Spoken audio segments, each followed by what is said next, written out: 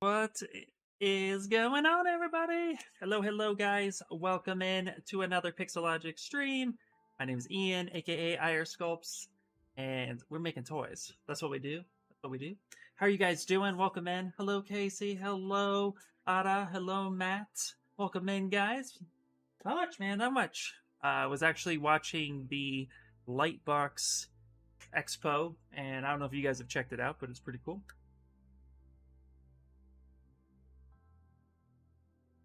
Tough Winston, I know. Welcome in, welcome in. All right, guys. So today we're gonna continue our Demon Slayer piece. We have a lot to do. This piece is coming along nicely. It's taking a while. There's a lot of things I still want to tweak with it.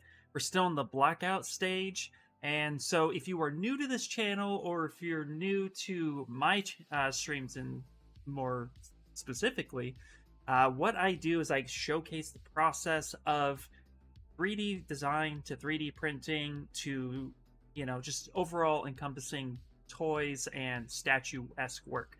So if you're new and you want to kind of follow this whole process, feel free to subscribe, check all that stuff out. But yes, more importantly, before we get into it, guys, I say this all the time, but the summit is coming. It's creeping on up. So we gotta register. So go to summit.pixologic.com, all that good stuff. What is up, Christopher? Hey. All right. Oop, that's out the way. All right. All right, guys. So let's see here. Where's my pen? Got all my good stuff. I am not together today. I say that, but I'm right here. Let's ready to sculpt. All right. So first things first, I've been getting into a habit of actually reviewing and critiquing my own work when I've walked away from it for a while. So this statue in particular is off of this reference here. And what I like to do before I just start sculpting, I think it's good for you to review your own work, because you're never going to get it right the very first time. If you do get it right the very first time, that's a rarity. But for me, I don't know about you guys, but for me, I definitely need to always make a change until I'm finished.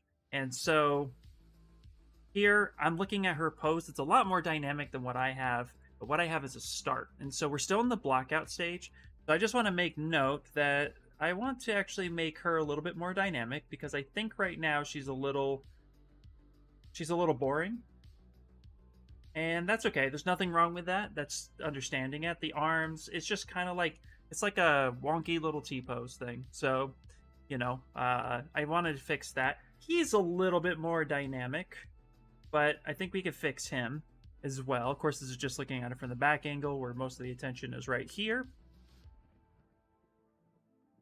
But what I'd like to do is, let's get his head sculpted, at least blocked out, and some hair placement in there, and then we can start finessing things, and then we could start getting things going. Also, two hands are going to need to be worked out. The pose of the arm, that's a really long sword handle. He's not holding a double-handed sword, so we're going to fix that a little bit. So a lot of good stuff. So get used to kind of reviewing your own work. What is up, Juan? Is that how you say it? Yeah, I said that right. I wonder when they will announce the theme for the ZBrush Sculpt Off. You and me both, dude. You and me both. I am really excited, but yeah, who knows? Who knows, man? They don't tell me. All right, so let's go ahead and get into it. Let's get his head blocked out. So kind of like what we did last week with getting her head blocked out, we're going to do the exact same thing. So we're going to go ahead and start from a sphere and get that head positioned the way we need it. So let me bring in a reference photo of Tanjiro, and we can start blocking that in. And if you guys are kind of curious how I get my references, go to Google. It's amazing. Demon Slayer, Tanjiro. Eee. And what I'd like to do, let's go characters. Have you guys been going to the Lightbox Expo? What is up, TL101? Hello, hello. All right. Okay, here's this character sheet. So what I do is I just end up saving these images a lot. We'll just put this on my desktop for now. That's how I find stuff. And let's go to a good old sphere. Polymesh 3D. And let's start blocking out this head. So let's go to texture, import, and then right here. This is the way that I end up doing it. And what's really cool is we have a few angles to work from, but more specifically, I want his front of his head. We'll block it out to that. And let's go opacity. We'll drop that down. How is everybody doing? How's you guys' weekend?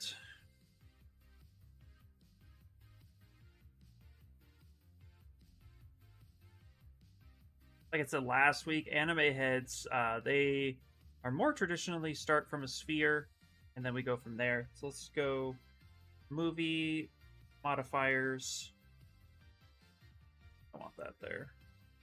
Modifiers, timeline, show timeline. Stamp that there. I feel so immobile after workout. Ooh, nice. Working out. That's awesome, Artistverse. Am I going to repeat the piece? Am I going to repeat it? What do you mean by that? Hey, what's up, Daniel? Audrey, how you doing? I'm doing well. Doing well. You mean, am I going to be repeating the process of this piece?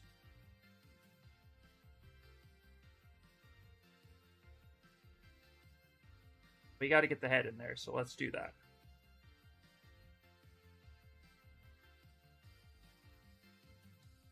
We're just using Spotlight here. Let's get a little bit more comfortable. Go ahead and do click curve, and let's get that angled in a little bit.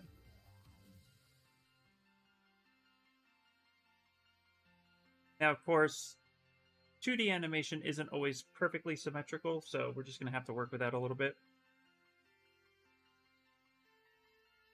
We'll do this kind of clip right here. Move this down a little bit. Go. And let's actually try to clip this back this way.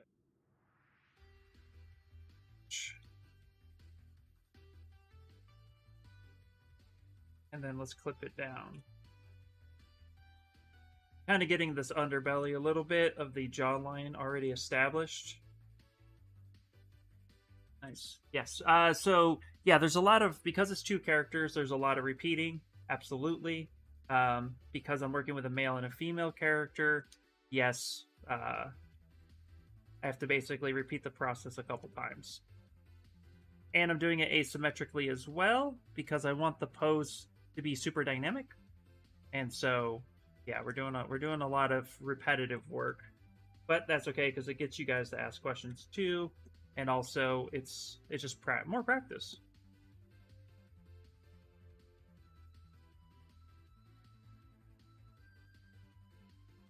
Go and take the pinch brush.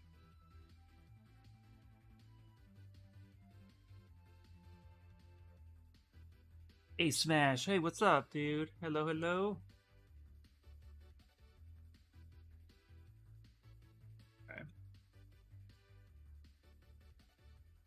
I've been studying a lot more of like anime sculpting and finding new processes and playing with new processes. Because like I said before when I started this project, I'm not super proficient in anime sculpting, but I want to get better. So the way to do it,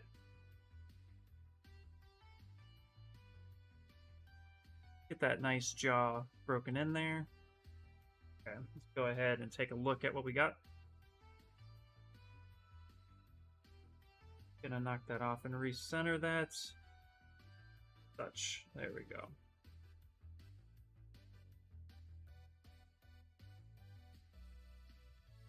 There we go. Let's establish a plane change real quick. Also get some polygroups in there.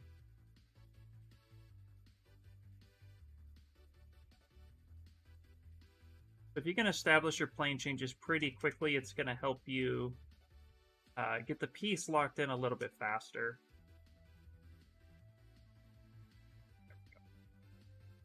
Pretty good head shape. Put that down. Oh, how can you change the cam view? Cam view is actually really simple to change. I actually have a video that is on that, but here, I can show you real quick. Okay, we're gonna go Sanjudo.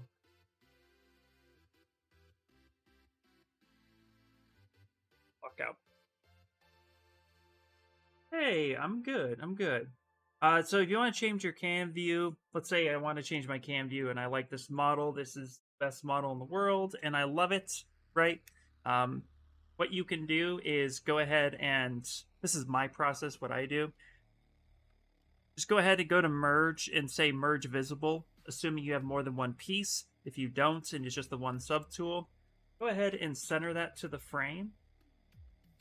Turn off symmetry and send that home. And then recenter that to the frame. And then what you want to do is go to document and make your background completely black. So go to your color palette. Usually when you start up ZBrush, you already have white and black and it's true white and black. So just go ahead and go to document, hold down back, get that nice black background. And then if you have any color on your model, go ahead and make sure that you bake that color in by hitting RGB, fill color, or paint it. And then from there, what you're going to do is you're going to go ahead and go up to preferences. You're going to go to cam view, and then you're going to say make cam view. What this will do is because it's truly center in your in the world, which is what you want, and you have a black background. When you go ahead and hit that, it's going to automatically set this to right up there. But we're not done yet. What we want to do from there is you notice how you have a texture right here that now popped up. Before you didn't. You're going to want to go to your texture or come up to texture, and it should be right here. And you can export that texture, and you're going to want to save that in your file. If you're on PC, just go to this PC, local disk, program files. You want to go to Pixologic, ZBrush, Z Startup, and View. And you want to save it in here, name it whatever you want, right? And say save, and then make sure that it's full frame, okay? Just make sure that it's not cropped in any way, shape, or form. The full picture, go ahead and hit save. Now you have this, and then all you do is you go up to preferences, config, and then store config, and you're good to go. If you don't like it, you can always delete it from there, or you can just go back to cam view and then say next, and you can see all the ones that you have. I actually suggest that if you're learning anatomy, to have this plain head. Where are you? Did I skip it? Not that one. Come on, where are you? This one. I actually suggest having this up here if you're learning anatomy, because the head itself, it's a really good reference, and it's already defaulted. But for me, I like my cap up at the top. Oh, I skipped them. And what you could always do too is just go to preferences and restore. Oh, I stored it. You could hit restore and then switch it back. Now I got to do this long way. Here you go. Come on. There we go. Yay. And store config. Boop, boop. No worries, man. Daisuke, hello! Guys. Logic Daisuke's here. So I'll have to show him some love. You have to follow all of his socials, because he truly sculpts anime like a boss. So follow his socials, hit him up, tell him IR told you to bombard him, because he's an awesome dude, and I love hanging out with him, and you will too. So check out his stuff. That was cool. I was looking at cam view. You see it. Yeah, man. I got your cam view up here too, man. All right. I did. Oh my gosh, I did. I so did, and I'm so excited for it. I literally, it's right here. It's here, and I love it. There's so much information, dude. So much information. I'm trying to apply it as much as I can, but there's a lot, man. There's a lot. Anyway, all right, back to the sculpt a little bit. Let's actually get a better material, basic material. I have the skin shader material that I really like, but it's not really good for showcasing.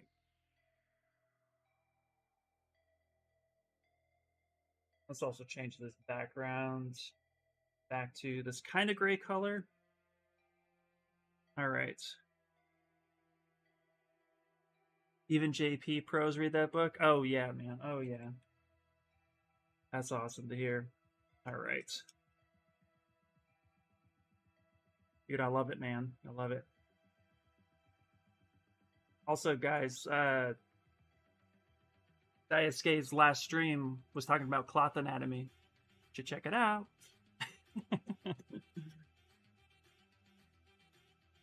How goes it on your side of the world, Daisuke? Alright, let's not smooth out 100% like a noob. Crafting canvas! How you doing? Alright. Okay, let's go ahead and turn this back on. Okay. Get this repositioned. This way we can start marking off points in which we need. So we need his ears in there next. So let's go ahead and... I like to just either put a sphere or a cylinder in there.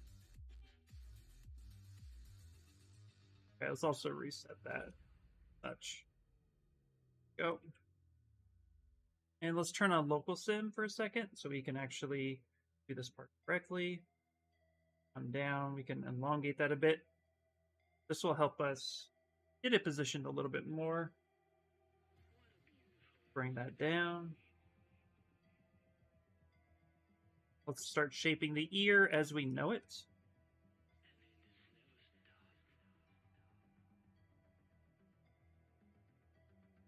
Vaccine shot messed me up Friday, but all good. Oh, man. But, dude, vaccine shot messed me up too, man. It was crazy. I need to learn about cloth. I'll watch. Oh, yeah. Oh, yeah. I'll also post some really cool stuff in the Discord about cloth soon, because I watched a couple really good lectures that I want to help showcase. So if you're not part of my Discord, feel free to jump in there. We are artists that like to hang out and chat with each other. All right. Let's also like put this in the center of his head. Oh, there we go. So I'm doing this a little bit differently than what I did on last Sunday, and that's because I've just been playing with different ways to do something. I feel it's a great way to explore not only your artistry, but also it's a really good way to kind of explore all the different ways to get the same results. I feel like your style gets mixed up with doing it one way over and over again. So if you constantly switch that around, you start finding things that work best for you, and then you can kind of refine. It also doesn't hurt to like get out of the mindset of doing it the same way over and over again, because some ways might be a little bit faster. But this way, I'm currently kind of doing something a little bit more along the lines of like a more 3D character workshop shout out, block out, where I'm blocking out the head before I merge it. So, okay. Okay, I feel like the scale of the head might be a little bit off. Mess that up a bit. Did mess that up. That's nice. Go ahead and rotate that. Go. Those ears are pretty low, actually. What we could do now is actually get kind of a profile shot. So let's zoom out. Let's get this profile shot here so we can get a little bit more of an idea of what he looks like.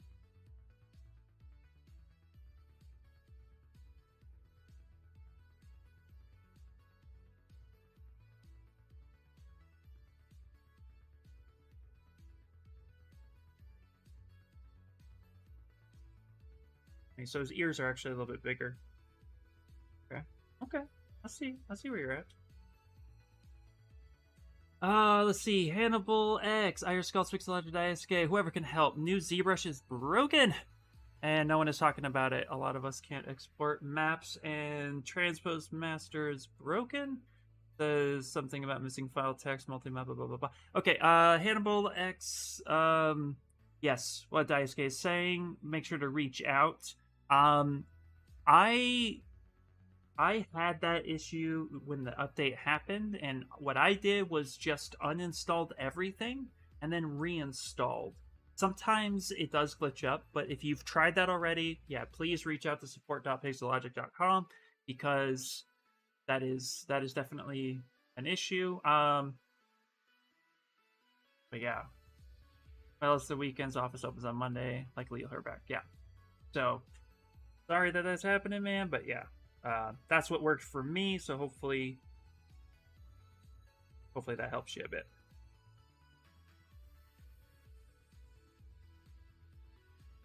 Sorry about that, man. That's a bummer.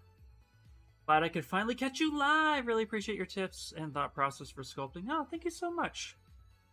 I try really hard to give the things that helped me a shot, but oh yeah, man. We can learn together. That's all that matters.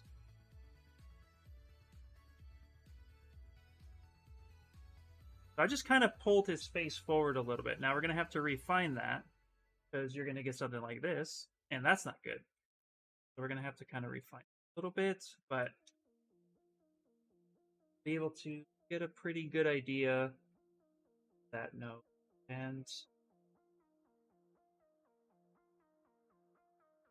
facial structure.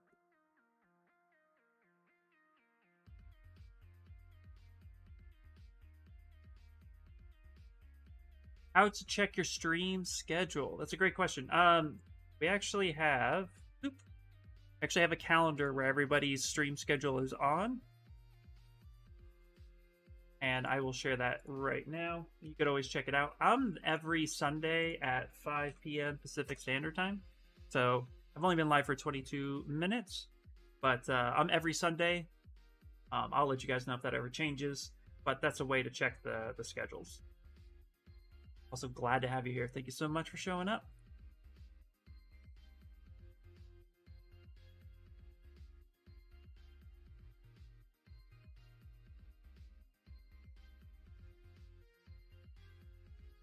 There we go. Also bookmarking that one more time. Perfect. Done. All right.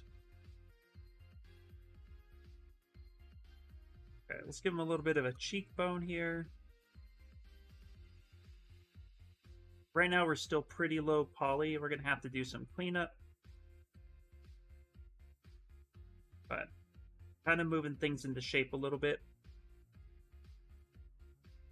Moving some out.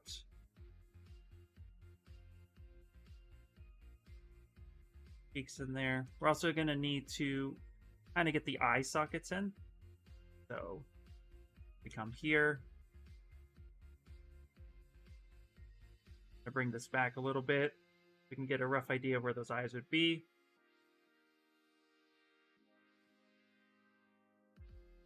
What I'm going to do is I'm actually just going to go ahead and take the mask pen, put on symmetry, and I'm just going to kind of paint where those masks are.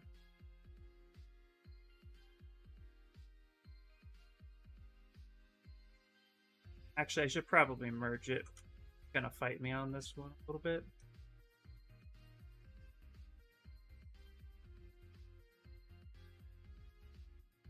Yeah, it's going to fight me on that. Let's go ahead and merge it from here. So we have the basic head shape. Ears are wrong. We got to pull that forward just a little bit.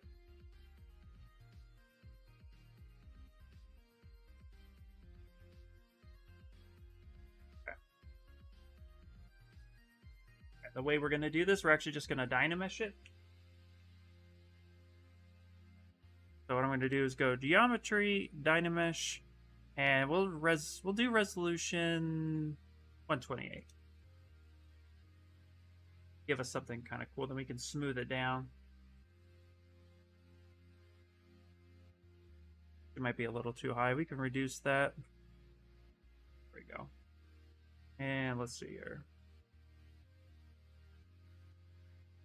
Yeah, no, not a problem.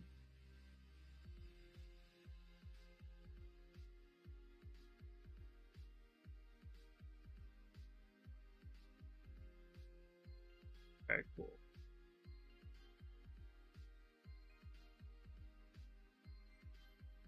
Now what we can do is let's go back.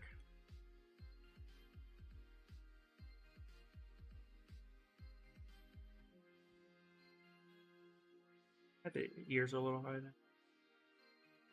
Pixologic has some sort of online classes. You can actually go to Pixologic Z Classrooms. If you Google Z Classrooms, that's a way to actually get it. Yeah, they have some stuff. Also, their YouTube channel is like just full of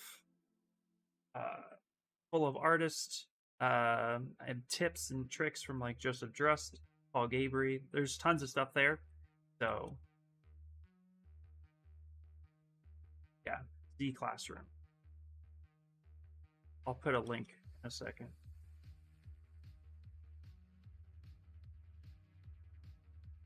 Now at this point too, what I like to do is actually get a neck in there.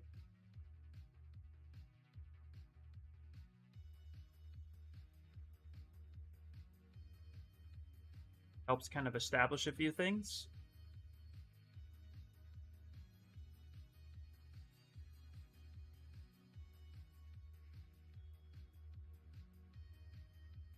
Go ahead. Yeah, you could yeah, exactly. You could just Google Michael Pavlovich and that'll get you everything you want. Cool. I got that neck in there.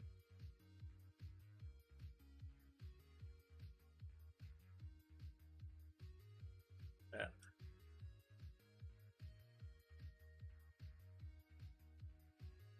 All depends on what you want to do. Get a basic neck shape going. Move some of this down a little bit.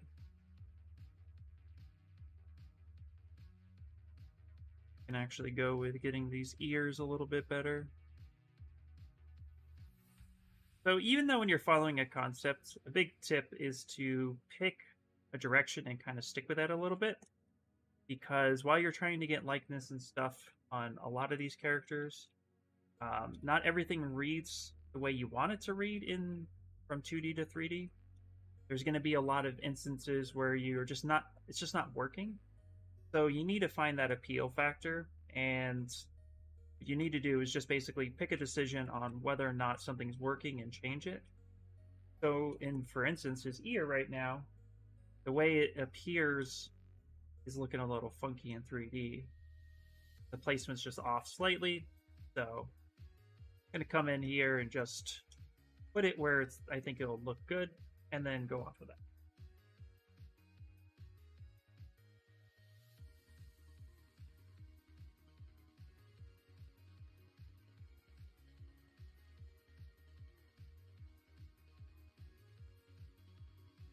Yep, if you want to learn, watch as many streams as you can. They're all good teachers here. Absolutely.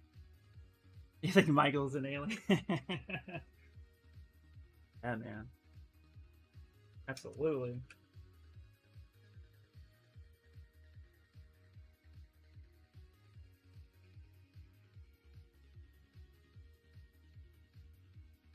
There we go. All right, let's get those eyes in there now.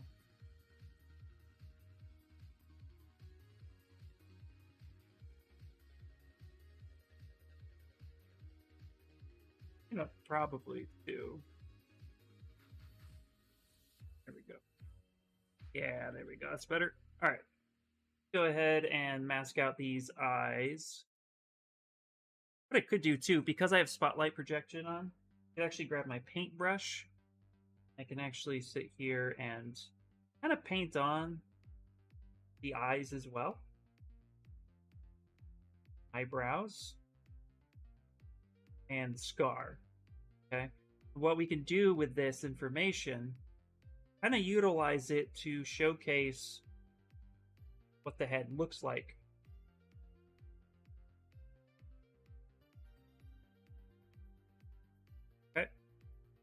So now I have this head. And I can actually use this information to shape the way I need it so that I know it looks really, really good.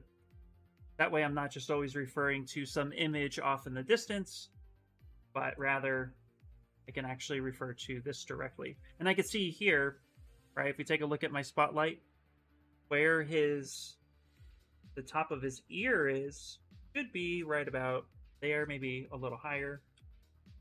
Right about there. The bottom of his ear goes to his nose. So we can kind of get this little grid of what it is we're looking at. Okay. Now we can utilize that information. So what do we say? The bottom of his ear was to his nose. And all right, let's do that. So let's take a look. Here's his nose. All right, we need to lower that ear just a little bit.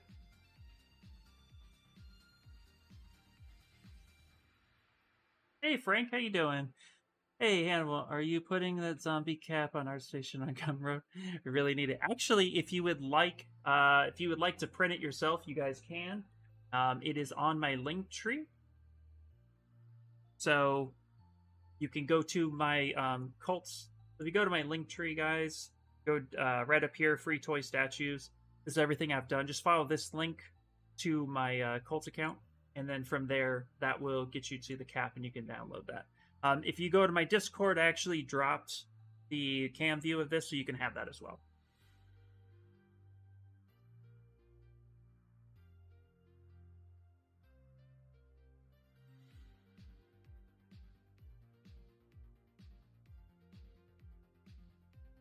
Go ahead and kind of mask this section off now.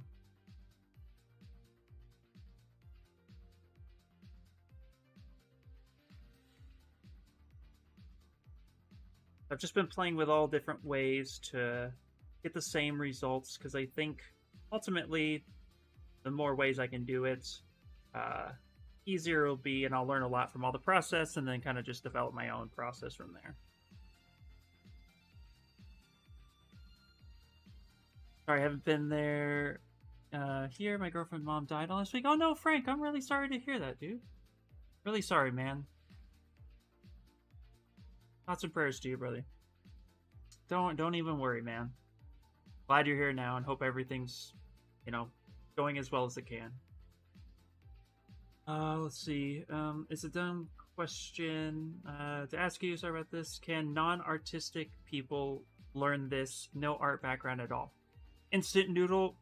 Yes, absolutely. It just depends. Like, how I view talent, is, to me, is just the definition of somebody who gets things faster naturally than another person. So if you have absolutely no artistic background whatsoever, and art may or may not come easy to you, or you just don't know, that doesn't matter. What matters is how you learn, and if you give it a shot and try it, you'll then know if whether or not you find interest in it to want to do it. Once you find interest in that thing, that's when you'll realize that you'll start learning and putting forth any amount of effort that is comfortable to you to learn said thing. And that doesn't just apply to art. I think that applies to pretty much everything. So it doesn't matter if you think you don't have an artistic bone in your body, or you're just not quite sure. What I tell people is just go ahead and give it a shot. Try it. You'll know if it comes easy to you, right? But I think for those who comes easy to, have a harder road, because they'll rest on talent for a long time. If we do something as artists and everybody's like, it's amazing, it's the best thing ever, then those people might have a harder time finding the motivation to improve because it comes so easy to them. Where I've met a lot of talented people, or I should say non-talented people in other fields and in art, where it just doesn't come super easy and they have to try hard. I feel like I'm somebody who has to give it 120% all the time, because while I understand some things easy, a lot of the concepts I don't. So I think it just really just depends on you. But if you want to do something, do it.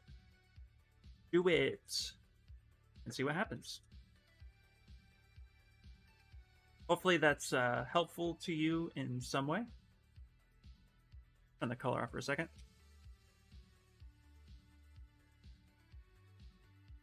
Nah, TL101, you're not weak. Come on now. Yeah, man, I bet, Frank. Well, here for you, buddy. Hang in there, and yeah, man. Not a problem. Honestly, I view art as a lifelong journey. We all have something to improve on.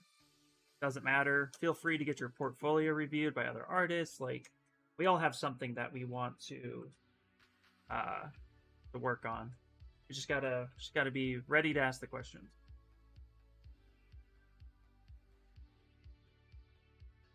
We're gonna remask this off first.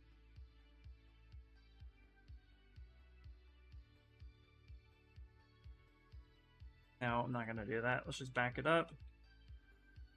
I want this to be different. I want this to be like such. And then I'm going to go ahead and polish by features and kind of reshape this eye a little bit. I'm actually going to smooth groups. So if you would like to access smooth groups, just go to your light box by hitting Q. There we go. Brush, smooth, and smooth groups. It's a great brush. And from here, we can go ahead and get these eyes looking a little bit better. Move this down. And I think I'm going to want to ZBrush this soon. Awesome advice, just lurking here, but I was wondering where you found that awesome 2D concept sheet of Tanjiro. So all I did actually was just go to Google and then just typed in Demon Slayer Tanjiro character sheet. If you want to look up a character sheet of any show, and if it's public, more than likely that's the best way to do it. Just character name, show, and then type in character sheet after that. Yeah, Sakaki is amazing, actually. I'm actually learning from his book, and I've taken his brushes, and you should have his brushes too, because he's amazing. And I'm actually studying, so yep. We're going to go ahead and keep creases, keep groups. I'm going to crease polygroups. I'm actually going to ZRemesh this. I'm going to want to keep a little bit of detail. And let's do ZRemesh at about a 12.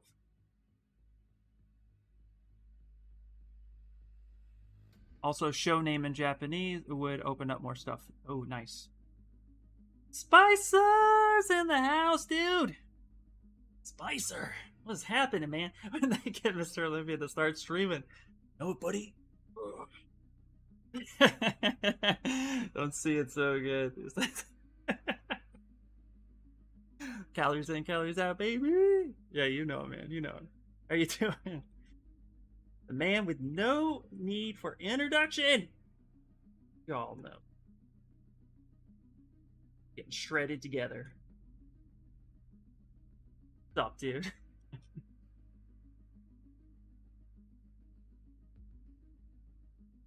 Right. Little funky.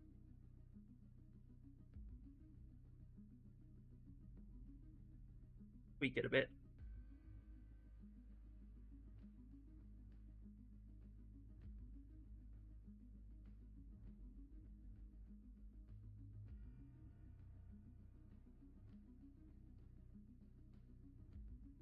I clean this eye up a little bit.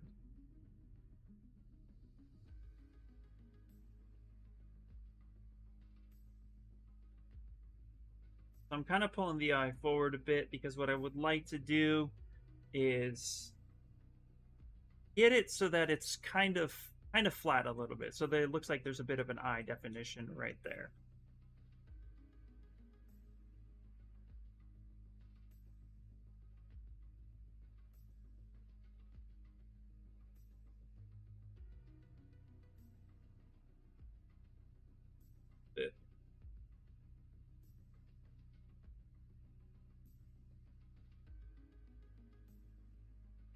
Order view going. Hey, what's up, Witch Cat? Hello, hello. Yeah. Also, too, SK has some mannequins and some pretty good base meshes to get started from. So, not pretty good, amazing. So check out his stuff for sure. All right.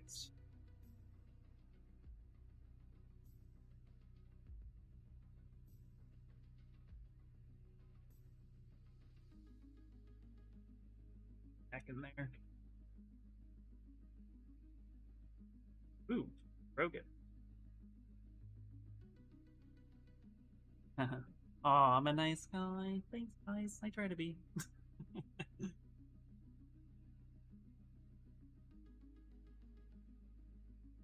Want to help bring all the glorious information I use. So we do. All right. We're gonna need to kind of fix this a little bit more, but let's start working on getting that nose cleaned up.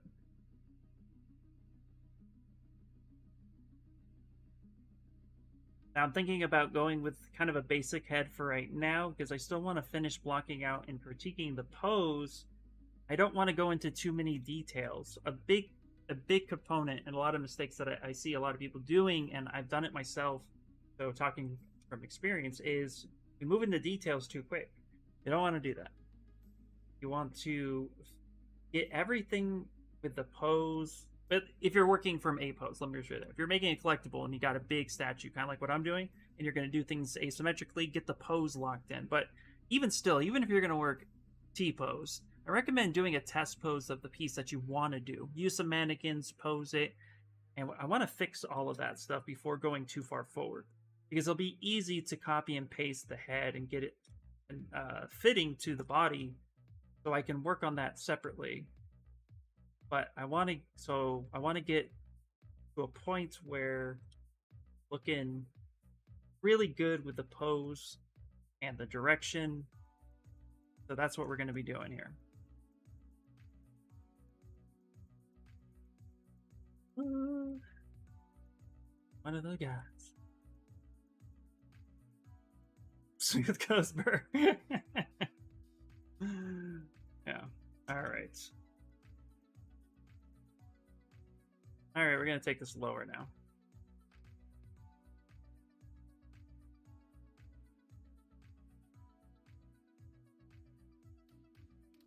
Yeah, I could probably not smooth as much as I... We all got bad habits. What's yours? All right.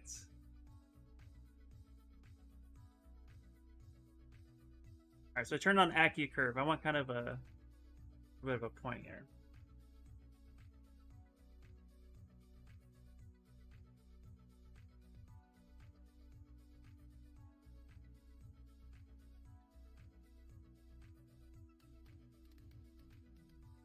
All right, let's get some basic hair blocked in, and let's save it as the Tanjiro head block out. Let's get some hair in there. This hair is a lot of fun, so we're just gonna get some simple shapes happening first. We're not gonna worry about all these little different pieces. That's just a little too much. I want to get the flow, the ebb and flow of it, then start seeing how it fits.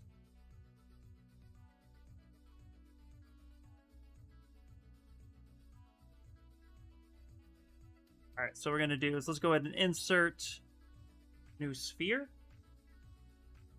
That's how I do it.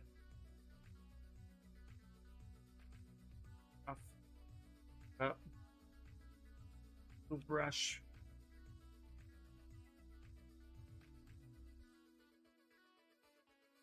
Nicer, man. What you been up to lately?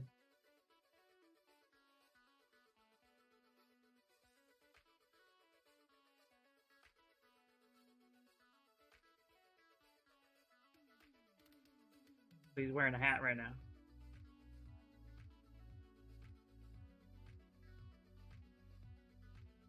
Miser's living the dream. Of course he is, man. Of course he is.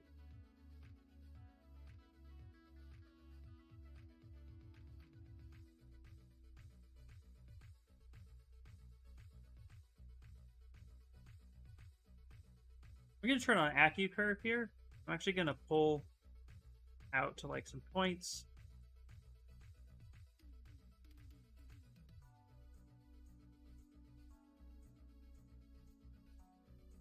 in the basic shape of it.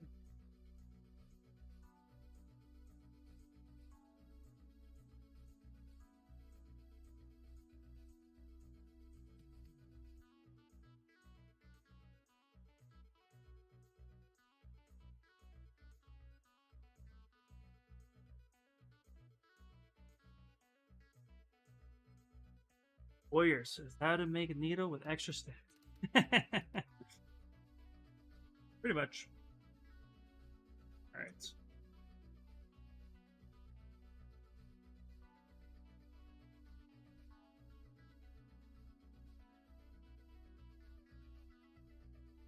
Yeah, I'm probably not the fastest sculptor on the planet, but that's okay.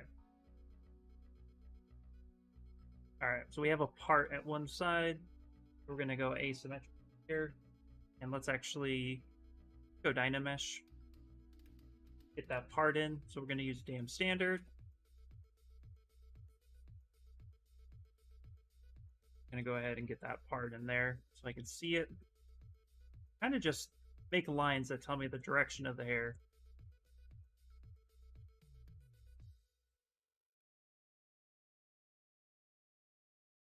That.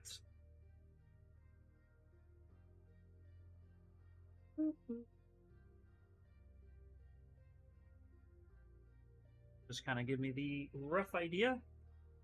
So anytime you're working with hair, I just recommend just getting a basic block out.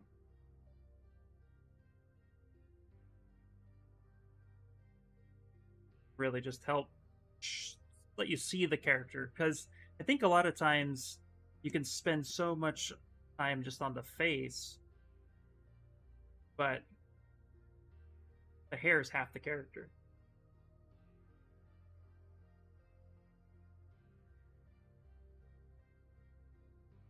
Let's get the snake hook at this point.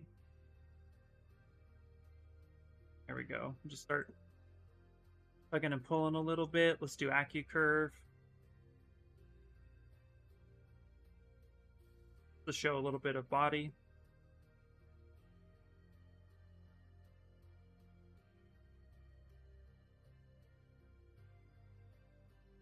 And what do you like to sculpt more, anime characters or cartoon? Well, actually, what's really funny, I really love anime, but I'm new to it, so I'm in that like kind of trial phase where I'm still learning the style and the execution of it.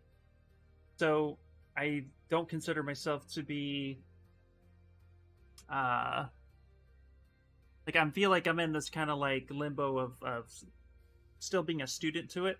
So I love it, but I don't like it. I don't like it like I'm comfortable in it. I feel still nervous in the style.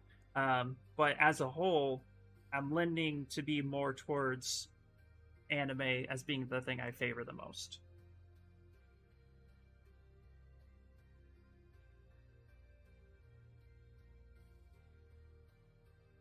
And I'm gonna add to it basically also saying that like I think the thing that draws me to anime the most is that it feels very versatile in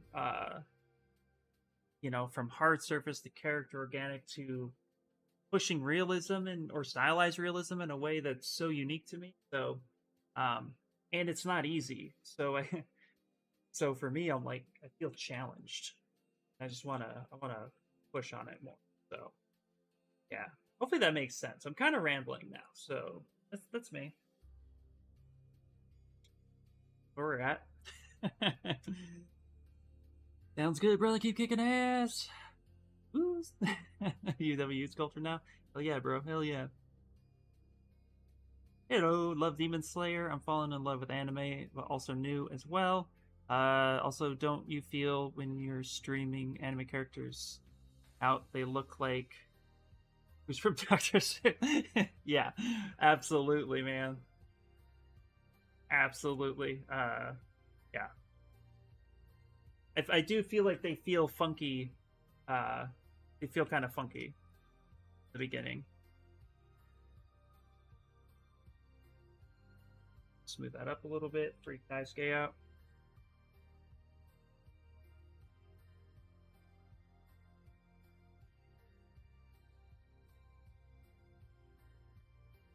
So this is just temporary hair, so, you know, you guys love it, right?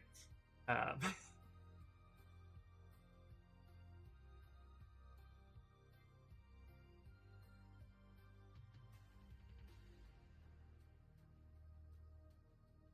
go ahead and kind of mask this side off. I just want a cleaner part than this.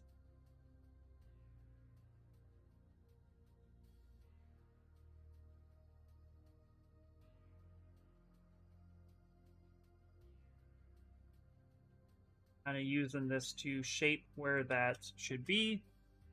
Okay. So for right now, just for a block out, let's call it good enough to copy and paste it together. What I'm going to do is merge visible. And then I'm going to copy that.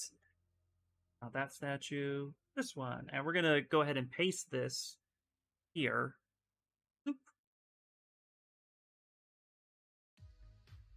Okay.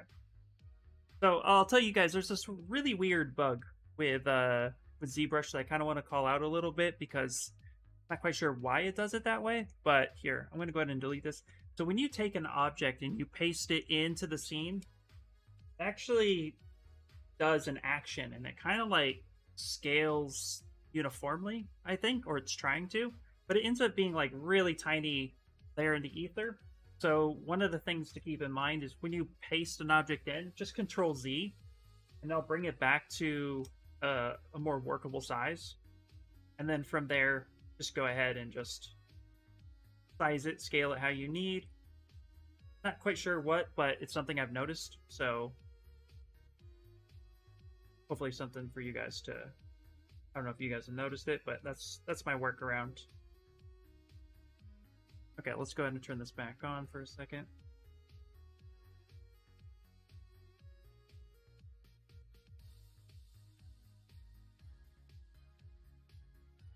Export scale being different between tools?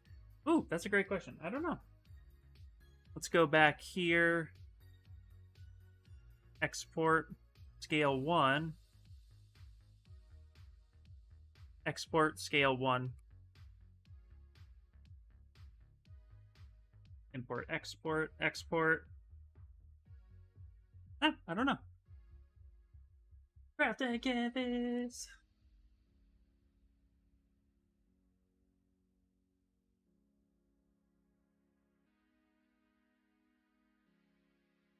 All right. So we're going to do a temporary placement here and start getting things situated a bit better. And I'm going to want to tweak a few things because she's not dynamic enough.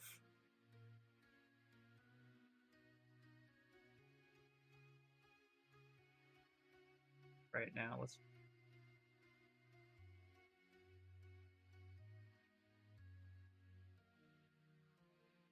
There we go. Go ahead and scale that up a bit. That head looks like pretty close. Not a problem, yeah. Yeah, dice game. Not quite sure why that is. I've just gotten used to it, but you know, been that way for a while.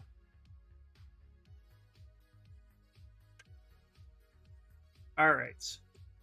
Now let's fix some stuff. So, one of the biggest tips I have for you guys, and this is something because it's something I'm working on, and I think it's something that doesn't matter where you are in your art journey, it's something that you can definitely do, and that is treat your pose like you're sculpting all the way to the end, like T-pose. Like all the details you want to get to, you want to treat your pose like it's its own separate character. I guess that's a better way to say it. The reason why is because I feel like it's too easy to get upset when you're posing because you can break it. And I feel like there's a lot of fear with people breaking their model or saying, I don't want to break it. I put all this work and effort into the T-pose.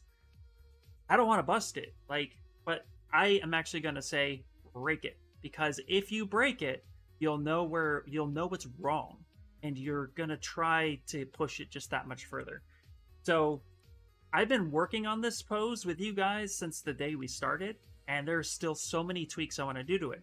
So don't be afraid to kind of push things into the broken zone on purpose, so then you can dial it back.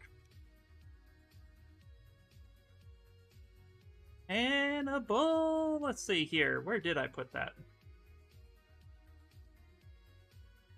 Hold on one second. I think I put it in the ZBrush. I did. All right, there we go. You know what you should do, Ian, is you should pin it. Say, oh yeah, pin it. Okay, if you go into my Discord, and then you go into software ZBrush, and come up to the pins, it's right up there at the top.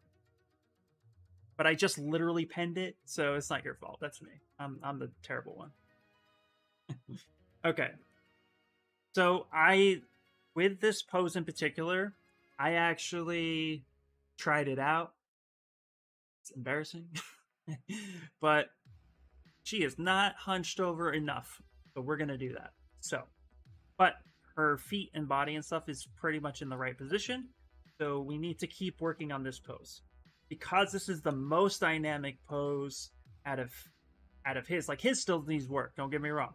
But because she has the most pushed dynamic pose that will work in conjunction with his, then we need to really focus in on her. So let's go ahead and get into that. First, we're going to save it.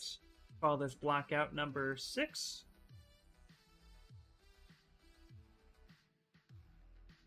Yeah, I try to pose as soon as possible. I'm loving the new stager for posing the head. Absolutely.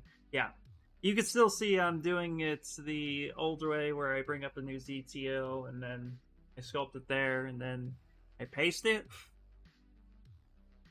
But yeah, I'm trying to add the new stager in as well. All right, let's go to T-pose mesh. All right. Okay. Go ahead and grab the select lasso and let's grab all of her like such. And then let's go ahead and minimize things we don't want, and we need to push the things that we do. All right. So we really need to like break this. So practicing what I preach. Let's do it.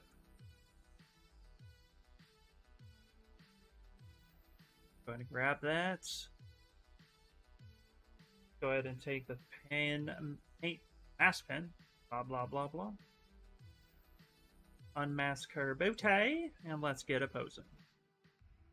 Alright, also too, let's grab mask lasso, and let's unmask what we don't need. Oh, there we go. Keep it old school again. No shame in perfecting your game. Thanks, man. The new function of home and target position is great. Great to this case. Yeah, absolutely. Yeah. Thanks, buddy. I appreciate the support. Yeah. All right.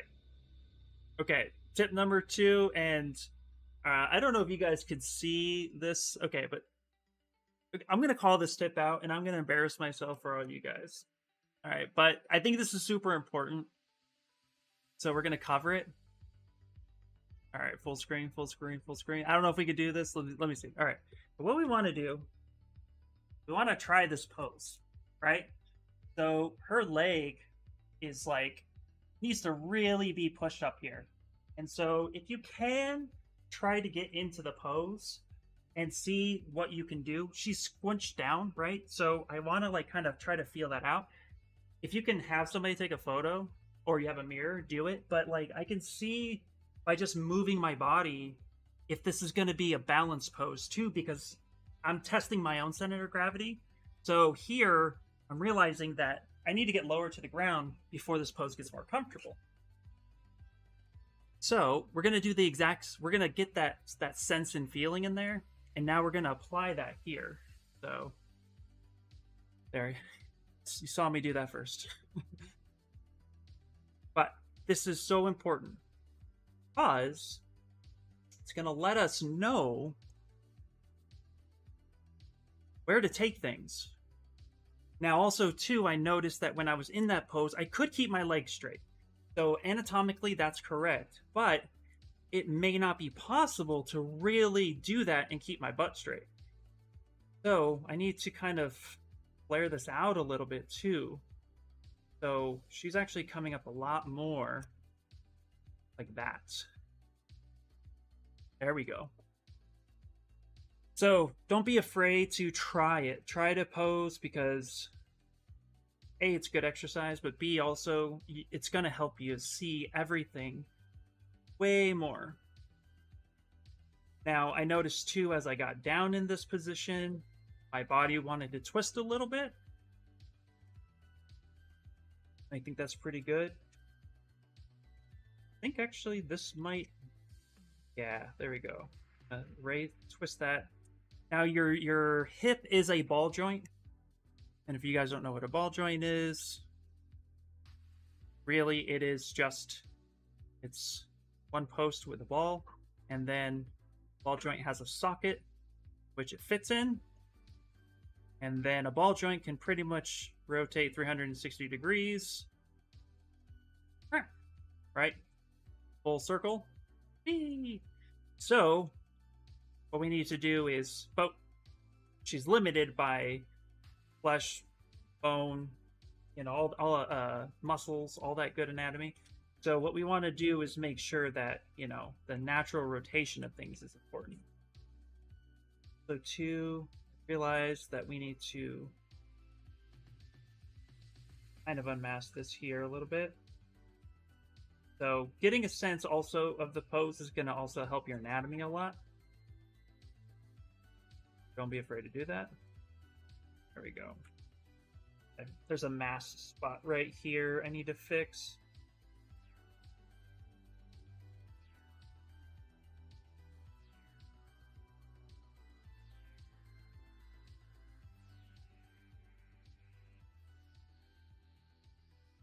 Got there a little bit. Now, again, we're going to be breaking this pose, but we're going to end up just sculpting it anyway, so it doesn't really matter. Also, too, it's important to know how the muscles interact with each other, where they interlock during a pose, because little things like love handles or the way the thigh interacts with the glutes, all that's going to help you really push and get the anatomy looking correct in the pose. So knowing when certain things get pushed and pulled and compressed and where there's tension applied, all that's very important. So treat the pose like a character and take your time. Like, not even joking, I've been working on this piece for the last couple days off stream. This is another piece I've been working on. And I've been tweaking this pose for like 4 hours. So trust me, like, it can take a while.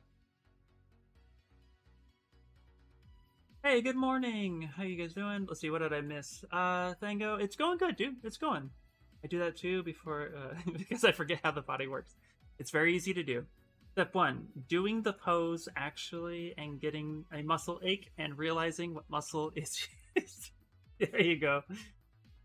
If I try to do that, I take pictures for myself for reference. I'm only going to sculpt fat guys. Oh man, no. Nothing like make the piece pose in real life. Absolutely, yeah. I just recommend, guys, don't jump off anything, okay, when trying to pose. You know, maybe lay down on the ground if you want to do any flying tips.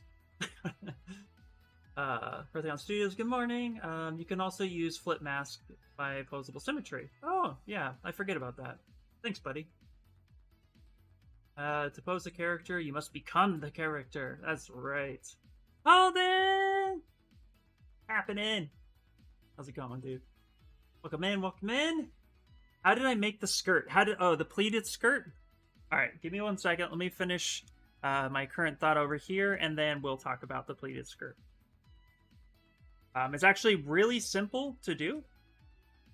Surprisingly, really simple. The hardest part with the pleated skirt is it is, for some reason, in my opinion, finicky in the pose phase. But the process is pretty simple. I recommend using like Deformer or something like that to fix that. Okay. Now we're going to go ahead and hide these bits, or I should say unhide these bits. Turn on double. I'll worry about the other stuff, but this right here.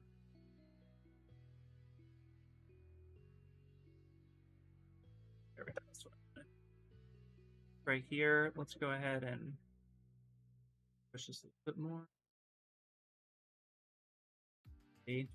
Thinking I'm gonna need to push it even further, guys. Alright, let's do it. So we just back this up real quick, because that move wasn't as important.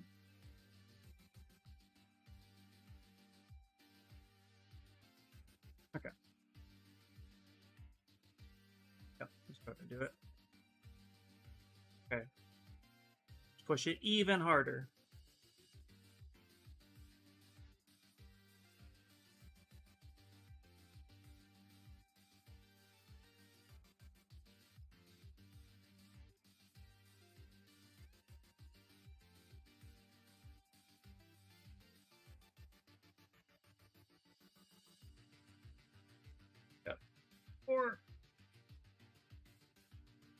Or break it. Break it. Not much. This is looking plenty awesome, by the way. Thanks, man. I appreciate it. Yeah. Ha ha ha ha ha. Right there, right there, right there. We're gonna come right in here.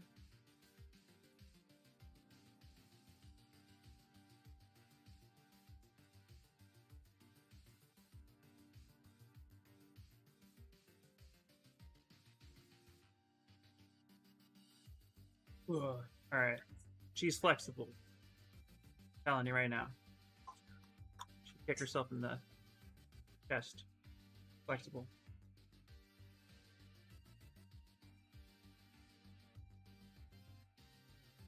Let's see. Ian, can you possibly show me how to set ZBrush models to go in Substance Painter for texturing?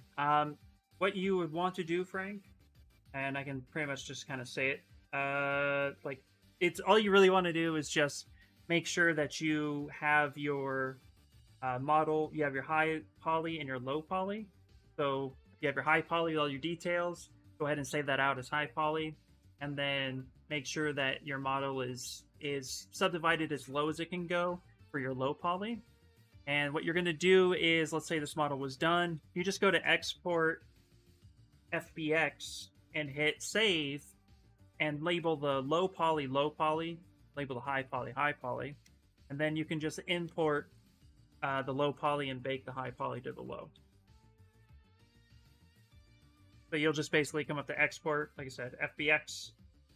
The reason why I suggest FBX is because it's universal. It's kind of like the PDF of text stuff. It just tends to work pretty well. And it gets you, it pretty much holds a lot of information that you would need to bring over anyway. So yeah, it's pretty straightforward. Hopefully that helps you. Yeah, also to make sure you have UVs. Although I will say, if you're just doing render stuff, you're not really necessarily like having something animated.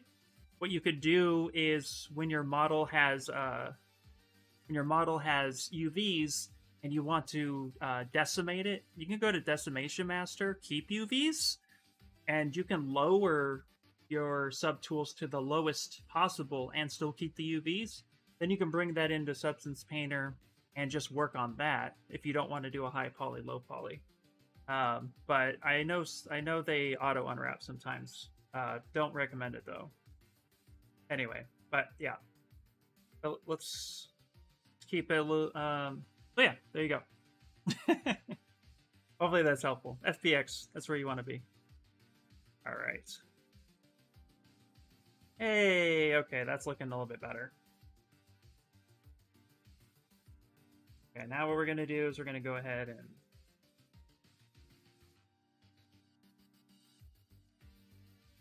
get rid of all of that. Okay. Now we can actually focus in on getting her push down. Go.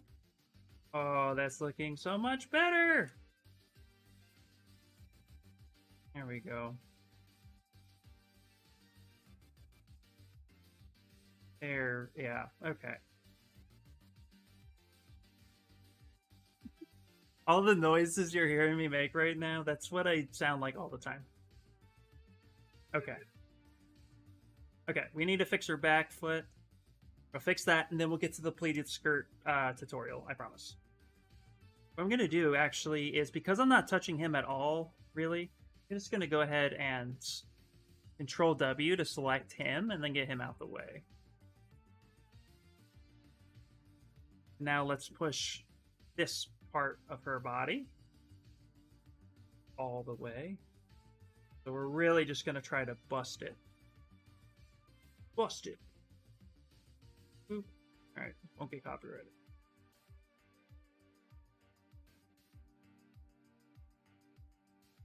Okay. So we'll do this as well. Yep, not a problem.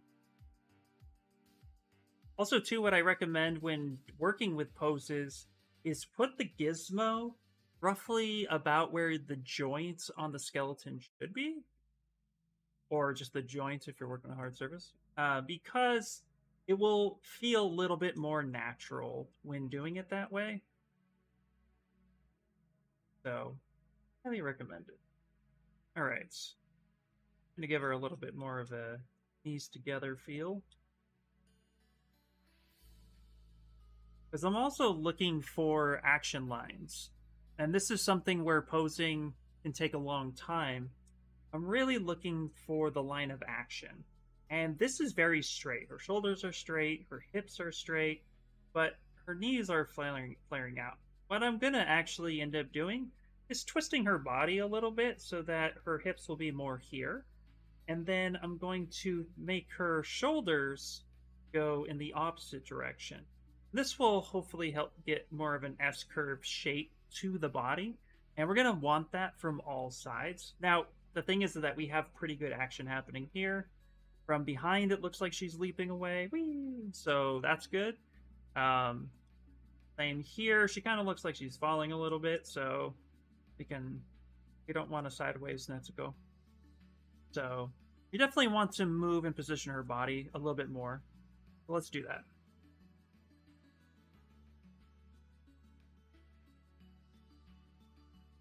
So what we want to do is try to keep our shins and our toes in the same position.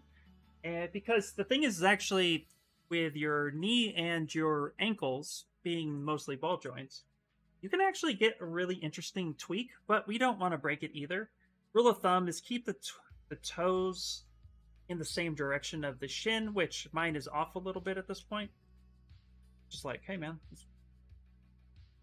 So we can do quick is let's actually go auto groups. Okay, this. What we can do here is just recenter that a little. But you can get some pretty interesting range of motion. So, you know, play around, but don't break the anatomy like I did. Good catch. Speaking a language right now, brother. Yeah. Try, man. I'm trying. Just DM me later and tell me all the things I got wrong. There you go. Seriously. Let's see. What do you think about posing the model using Z-spheres? I do not like it. I do not like it, Sam. I am. I think posing it however is comfortable to you is beneficial. Okay. However, for me, Z-spheres, I haven't gotten the science down on it well enough. So I can't honestly speak to it being beneficial to my workflow.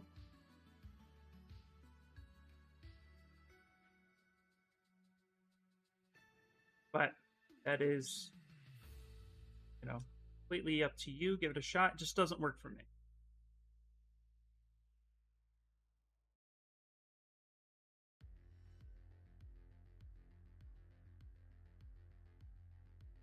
Go ahead and let's make sure that that fits right where it is. Now her ankle can twist a little bit. You'd be surprised, somebody's taken martial arts before, you'd be surprised how much you can push your ankle to the side. So don't be afraid to kind of give it a little bit of an action line. You can twist that pretty interesting.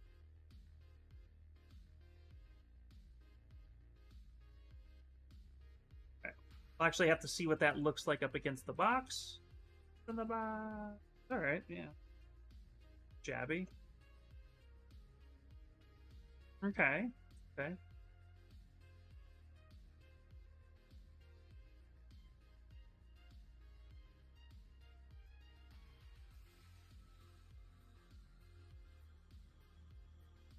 Get that good line of action. Now, I'm also kind of anticipating how I'm going to want to 3D print this. And the biggest thing I'm worried about in the 3D print, of course, is that everything will hold the way it's intended. We want to make sure, but we're going to make this is going to be dynamic, guys. I'm going to make this work. And a lot of it's going to be welding the feet to the box, I think. But yeah, this is pretty cool. Got it, yeah. Let's see. ZBrush is so complicated. Sadly, I want to learn it at some point, but hard to get into. Just call me legend. Don't look at it that way. There's a lot here, but I do a lot of things very simplistic and very brute force method. I like to just make it work. That's how I treat my life, guys.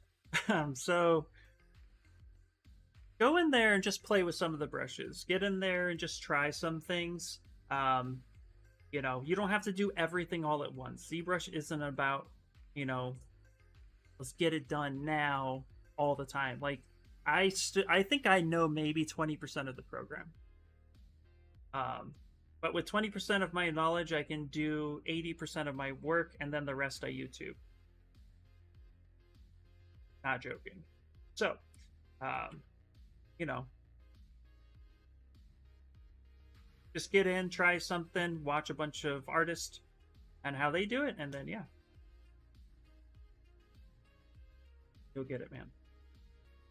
All right.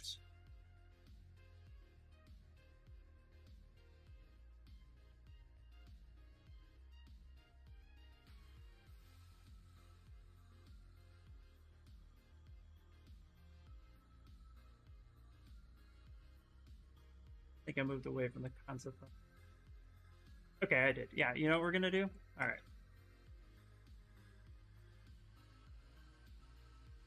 Went the wrong way. I'm actually gonna push that foot up.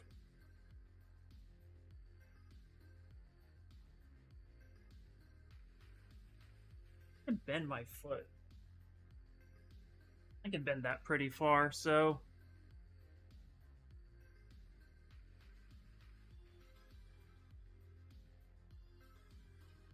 we'll have to fix it a bit.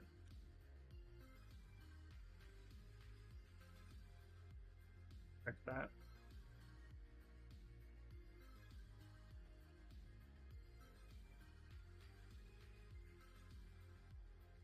Let's see here. In any daily warm-up tips? Yeah, honestly, just kind of whatever you're working on the day before, just kind of refresh yourself.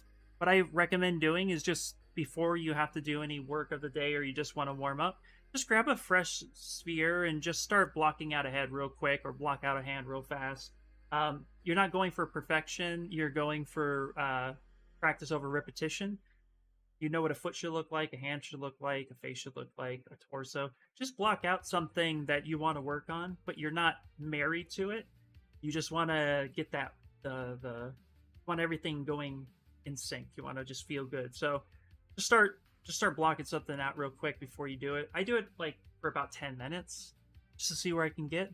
It's really helpful in the beginning, especially when you're trying to learn anatomy. But outside of that, yeah, I would just say just play for 10 minutes before you actually do any work. Even if you're really in love with the piece. Earlier today, I was working on another thing. Okay, let's send this over, and then let's go to the pleated skirt before I forget. But I'm going to push that foot forward, so that'll be a reminder myself, because it looks like she's leaping. You can see all the changes. Yeah. Brute force is the way to do 2D art, so I can relate. I definitely give it a go, because I would love to make my own 3D print someday. Heck yeah! Heck yeah, do it! Alright, let's save this real fast. Let's get to the pleated skirt. Nope, that's the wrong one. Okay, and we'll keep fixing it. See, I tell you, I could pose all day long. Let's see here. Keep trying, man. And at first it's difficult, but after you figure out the basics, you'll start having fun with the program. Absolutely. Enjoying it is the shortcut to getting good at anything. Oh my god. The ISK's coming in with the like quotes of the day. I love it. Let's see. Ian has legs confirmed. I know, right? Are you going to model any anime swish lines? For this one, no. This one is going to be more motion while standing still. But I haven't decided what I'm going to do with the base, so I don't know. We might actually do something. Made something from scratch. I can't.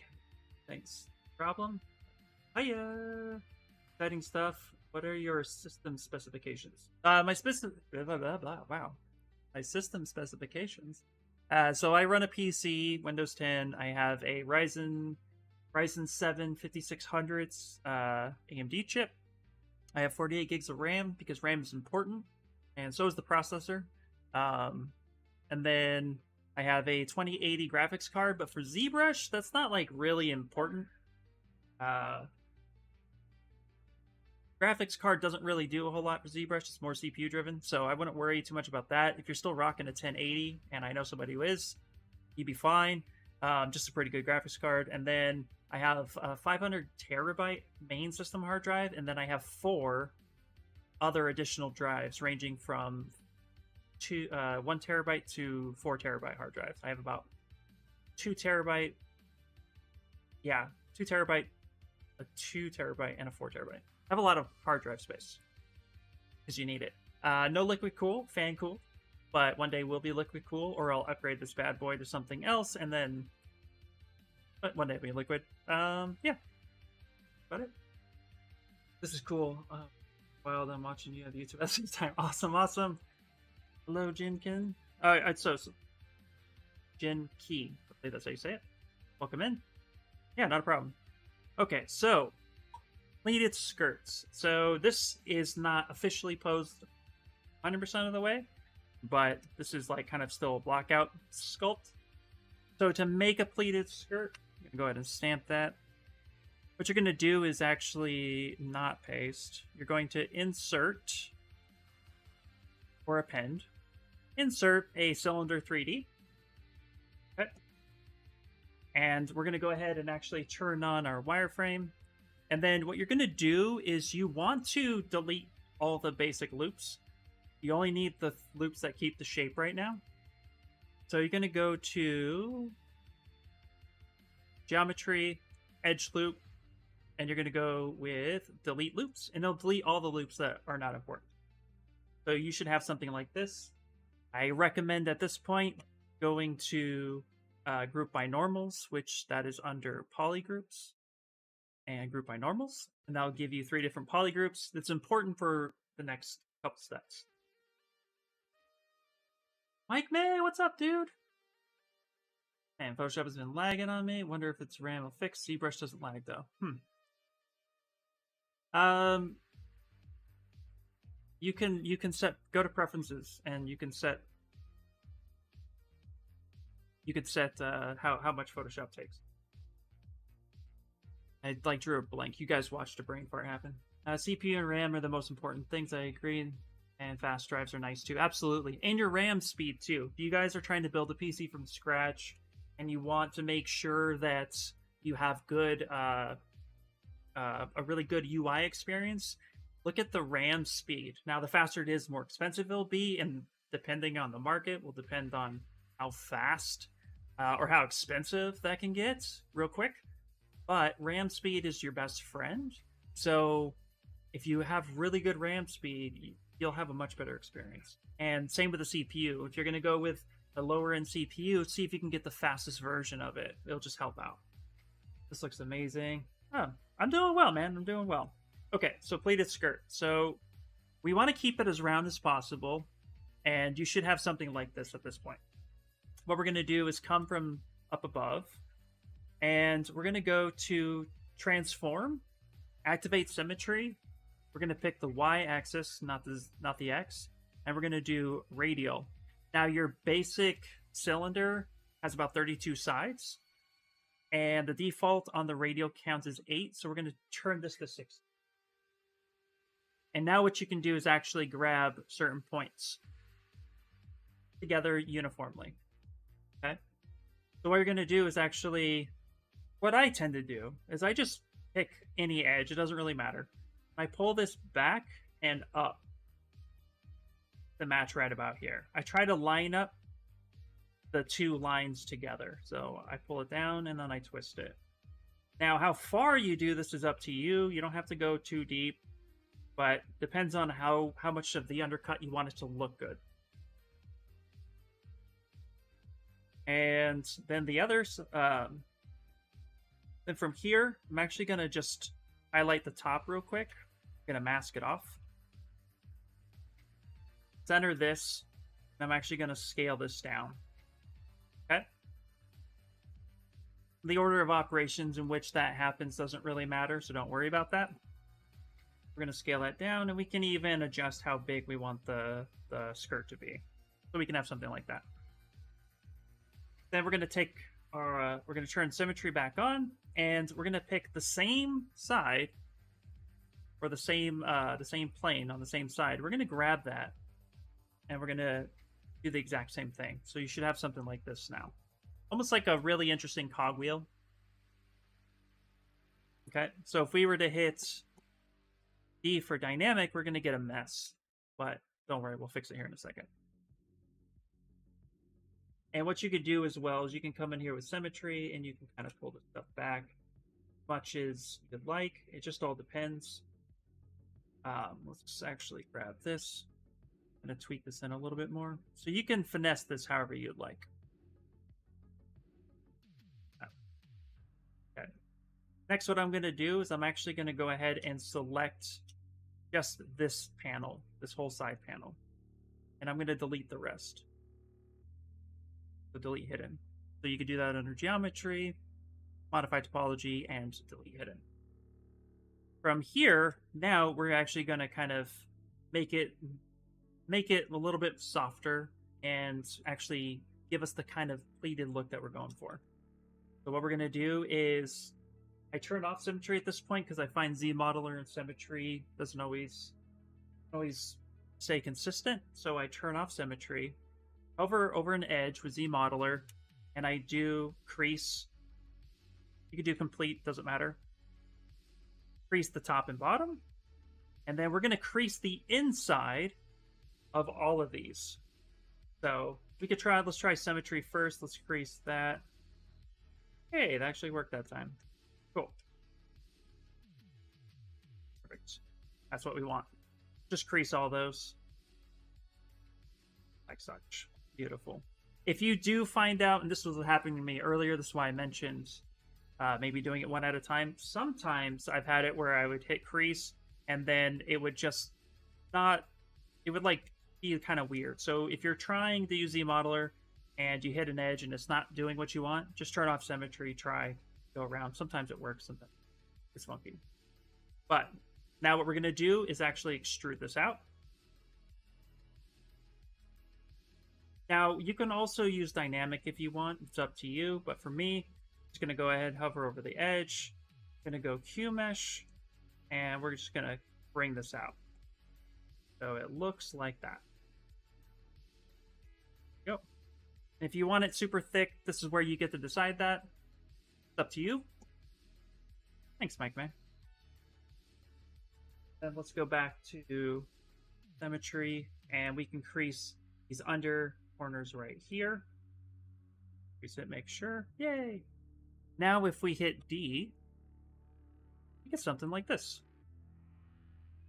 Okay. So we're getting a nice soft transition. And this is where we can start making our skirt. So from here, we're going to go ahead and let's turn everything else off. Perfect. And let's just get the main look and feel of our character. Yep. All right. Now what we do is now we just get to size it to our skirt. And actually, before I do that, what I would like to do is actually add some more edge loops. So let's go insert multi-edge loops and keep same poly group. We're actually going to go ahead and do something like that. That will give us some body in the way we try to move it. And that was weird that that's creased that way. We take that off. Keep poly group. Okay, gonna crease all that. No big deal. Go to crease. Quickly take those off. Great. All right.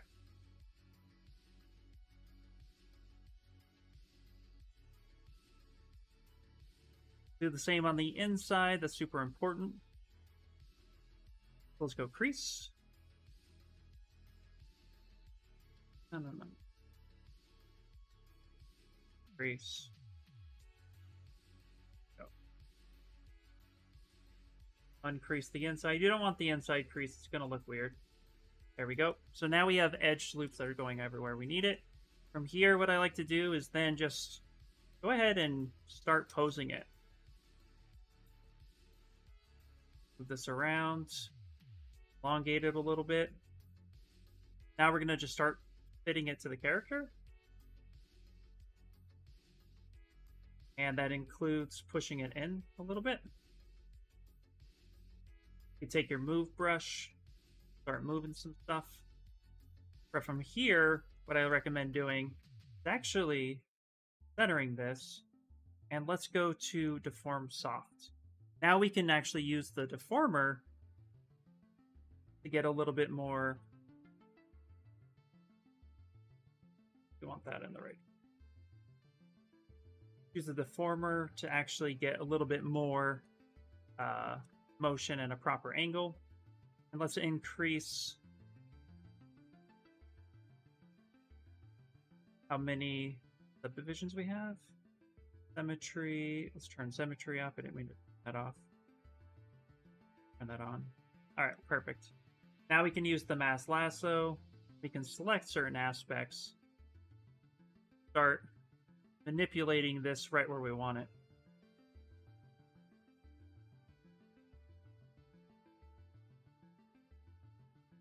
Grab some points.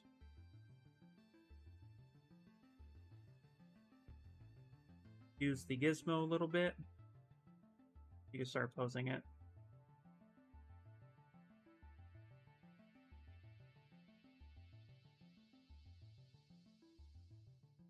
That.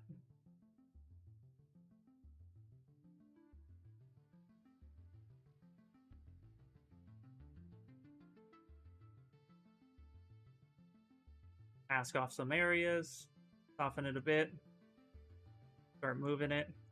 You get the idea at this point, and then you'll just end up finessing this to however you want. Turn dynamic on. And of course, depending on what kind of fabric you're going for, whether it be some sort of like wool, or if you want a little bit more like jean-like. And then of course you can shape your bands if you want to create a band for it. You can kind of shape your band to that. So that's how you would approach making a pleated skirt. So hopefully that helps you guys. MJ Sculpt saying, how about those Lightbox streams? I know, dude, they were awesome. It was great to see. I even submitted my portfolio for a portfolio review because you never know. I like hearing what other people have to say and getting tips and tricks. So it was really cool. Yeah.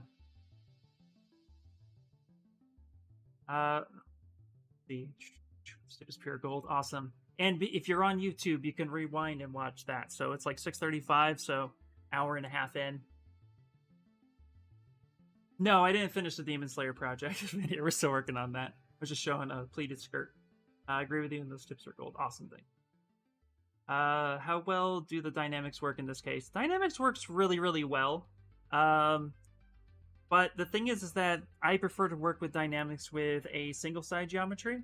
So what you could do is, you know, maybe turn off this, and instead of working with, you know, both sides, just go ahead and work with a single-sided geometry. So you have something like this. And then, yeah, you could just go to dynamics. And from here, it's actually what we're going to do. Let's get rid of the hair. Come back here.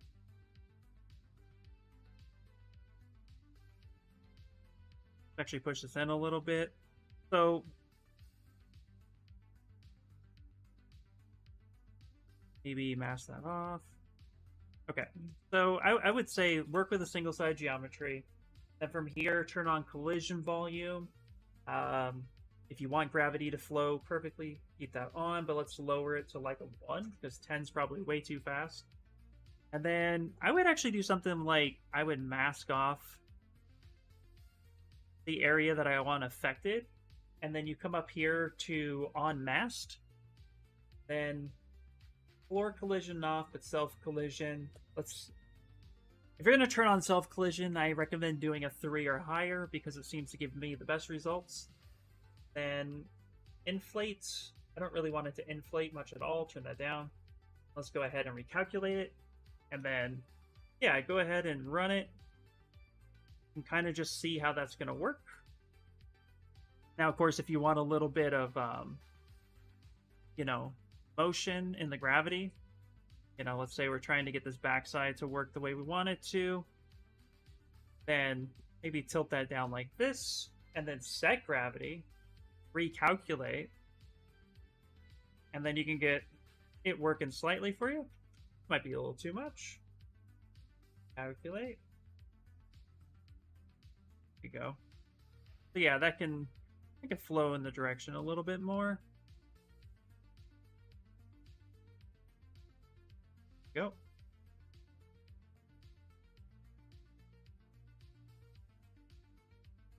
So you fit that like such.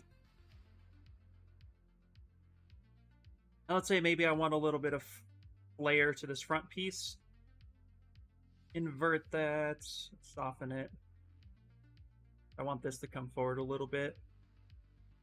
There we go. Keep it on masked. So I would actually set gravity again, calculate. There we go. I'll get a little bit of a body happening, like she just kicked it up. But yeah, that's what I would recommend. Yeah, super easy. Does ZBrush offer a array system? Oh yeah, yes there is. And the way that works is really, really well. I can show you that if you'd like. Let's go ahead and just delete this skirt. So yeah, that's how you do it. Now, what I'm showing you here with my skirt currently is that I actually haven't decided to really push any wrinkles or none of that stuff. Not yet. So I just kind of kept it loose just to get the overall motion of the piece, because that's really what I was going for on this one. I'm still working the pose, so that's actually one of the pieces I'll start next. But yeah, I would say just be careful when you make your skirt. You can break it real easily by tugging and pulling with back face mask on, or, you know, not having enough points. So try to keep it pretty well low poly but evenly spaced on your geometry like this so that you can manipulate it a little easier. All right. Not a problem, absolutely. Honestly, I'd make the skirt one-sided first. Yep. Absolutely. All right. Yeah, one-sided geometry, like Daisuke said, is it's a lot better because you get to manipulate it and you don't have to worry about two sides flailing into each other. Just make sure that you know it's one-sided before you decide to hit 3D print. Might have problems. Okay. Let's see here. Array mesh. Array mesh is pretty cool. Cover that real quick. So array mesh is really simple. If you want to have something that you need to multiply a lot, I'm sure you know what array mesh is for the guy who asked. But yeah, it's right here. The way you activate that is you just turn on array mesh on any one subtool. Then you have a bunch of options. Lock position, transpose, you can lock your size. I usually just do transpose and lock position. And then however many items you think you need, let's say 12. And then from here, if I want to have this kind of rotate, you know, I want to put something like on a coin, you can turn rotate, and then from here, rotate that like 360 degrees, right? Then you could just take your transpose and populate that. There you go. And of course, too, you can offset it in other ways. You can go to offset, then you can adjust however you want to do that. So if you're looking for more like a DNA strand, you can start offsetting that. Then, of course, that's super helpful. You want to just start making some sort of sculptural change.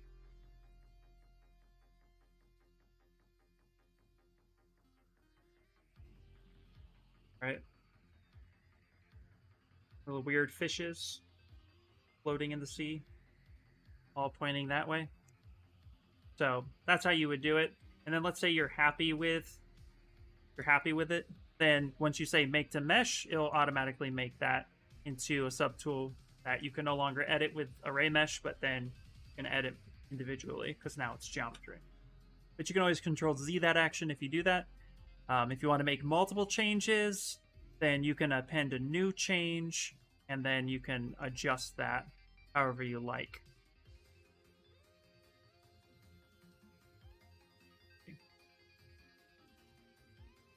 And of course, there you go.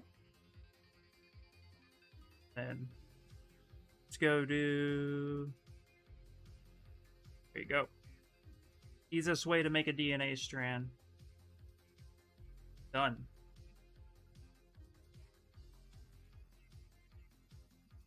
There you go. And then from there, you can convert it to nanomesh if you would like. Make the mesh. Make the mesh. There you go. Confirm each one, and you're good to go. And that's how humans were made. It's a perfect circle. There you go. I don't know why I chose to do the helix thingy. It just seemed easy enough to do. Yeah. Had a thick head of hair until I bought a 3D printer. I feel you, man. Well, you just answered my question. Perfect. Nice. All right. Let's go back to fixing our pose. What did Ian do on Sunday? He just posed. What he did. That's how important it is, guy.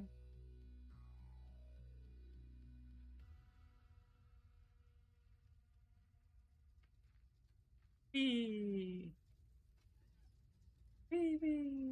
All right. Yeah, that's looking a little bit better.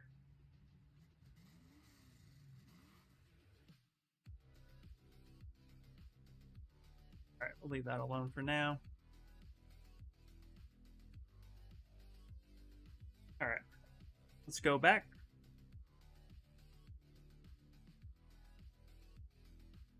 I will be here to hopefully embarrass myself for everyone. Let me know what else we need, and I'll do it. You joked, I say, but they do 3D printing and bioengineering. They do actually, yeah. I've read up on some of that stuff. It's really cool, really scary, really awesome, really scary, really cool.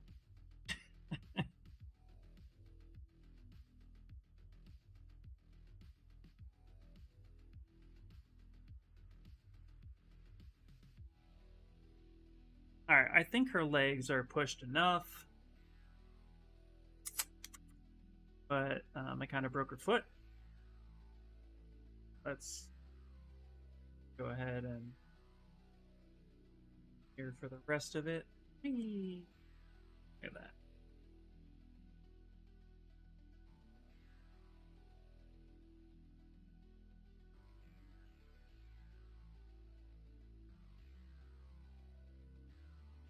Thank you. There we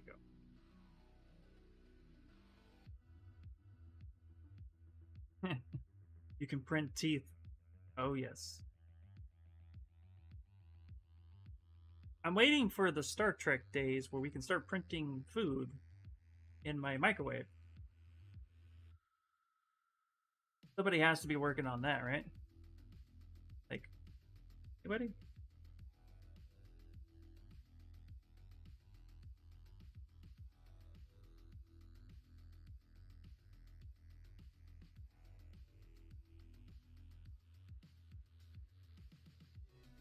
This foot that I just broke.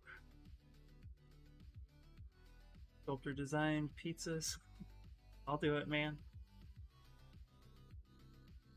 I know there's like some high-end chefs that like 3D print chocolate sculptures. I think that's really awesome.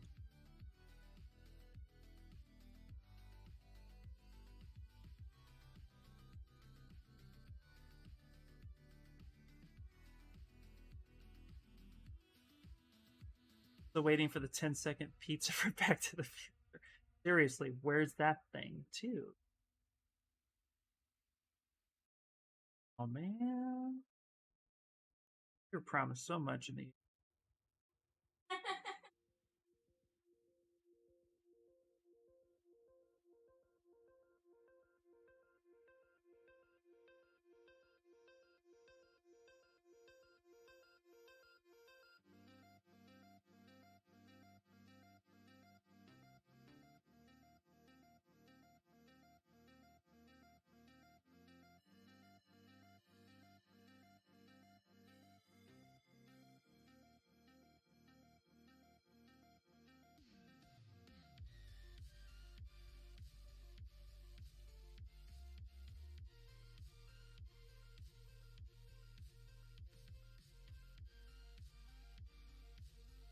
Scientists have printed vegan steaks even though it looks gross. That's crazy. I have to look that up now. That would not be healthy. Yeah, right? The day we can print our own screen pictures. Not going there, man. Is that where they use flour and water? What? Maybe? Possibly. Oh. Crap, I broke my foot. Damn it.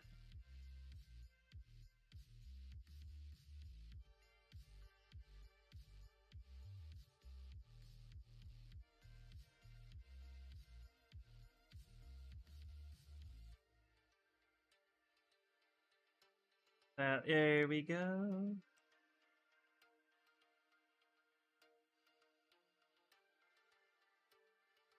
Oh. He fixed his ankle a little, or her ankle a little bit. Ooh. Right.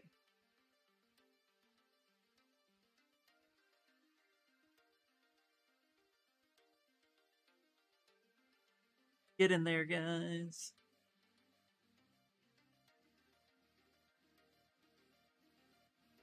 Happening.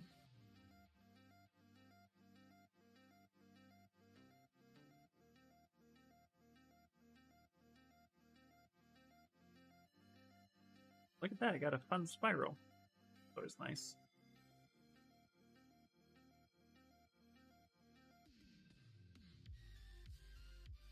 ahead and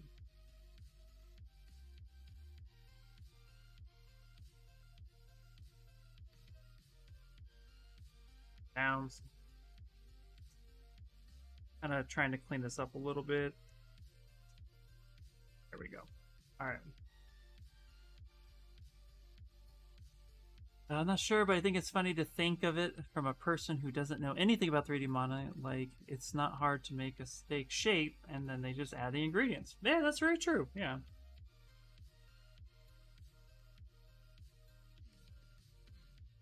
I'm in the business of overcomplicating my own thought process, so, you know.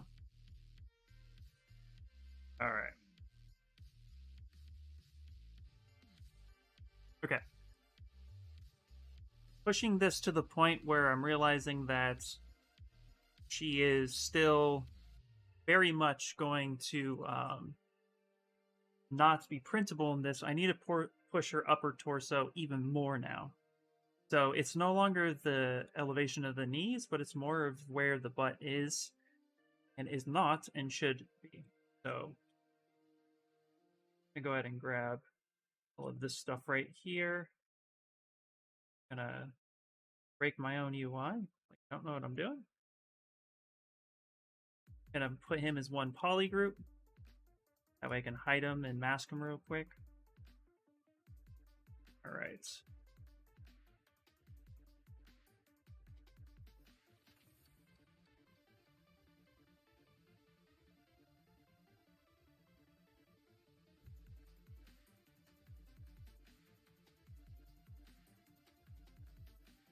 Now I'm going to try to do this all in one fell swoop.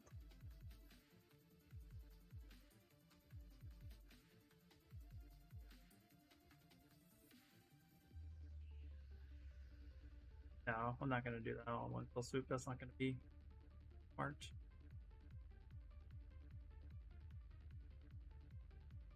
What I do every day, I just talk to myself until I answer myself.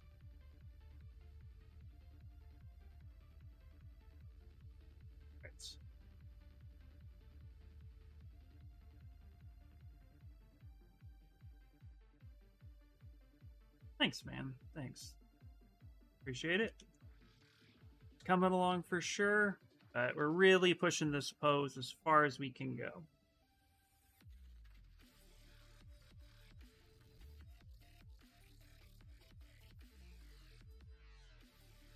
The green, nasty looking steak.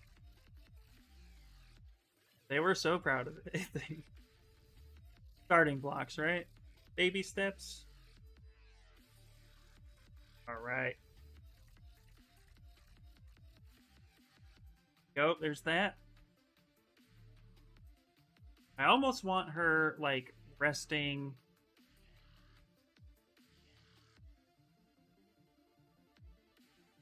Yeah, I almost want her resting on her ankles. I think that would be beneficial.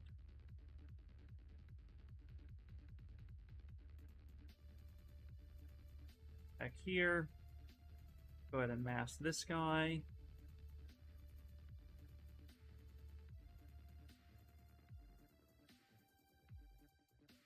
I'm a little bit more focused today on this piece, but I want to get this right. So, like,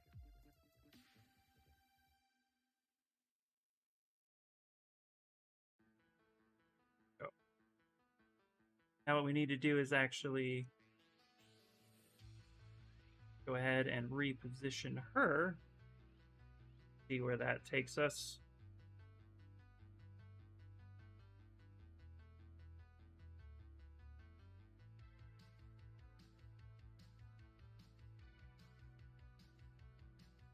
Okay, we'll need to fix this back foot here, but I think that's working a bit more.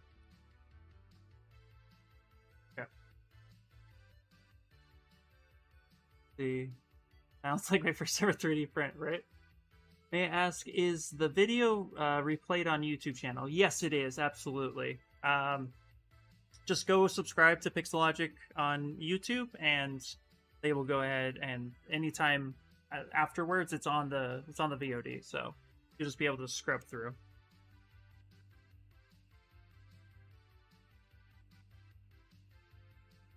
I want to fix her hips a little bit.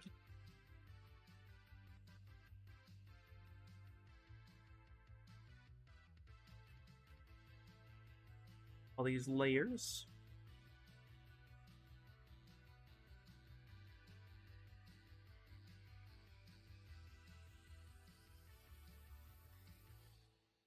Go.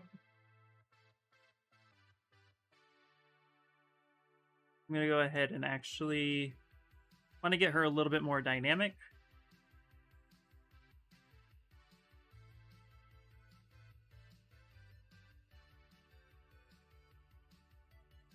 Go ahead and clear this one here. We're going to switch that.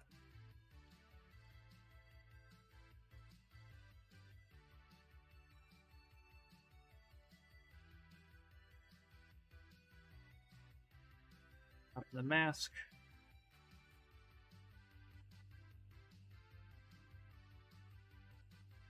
Start tweaking where I think her hips and everything should be.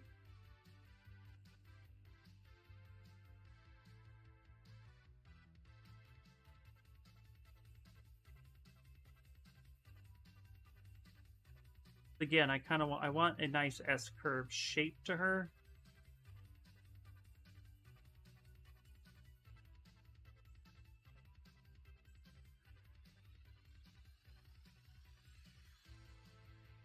I really want to check the pose from all angles.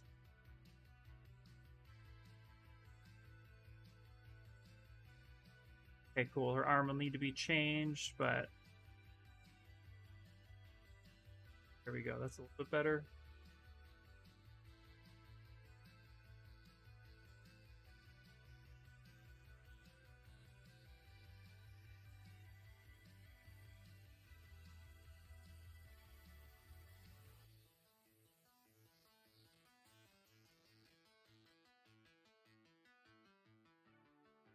Go.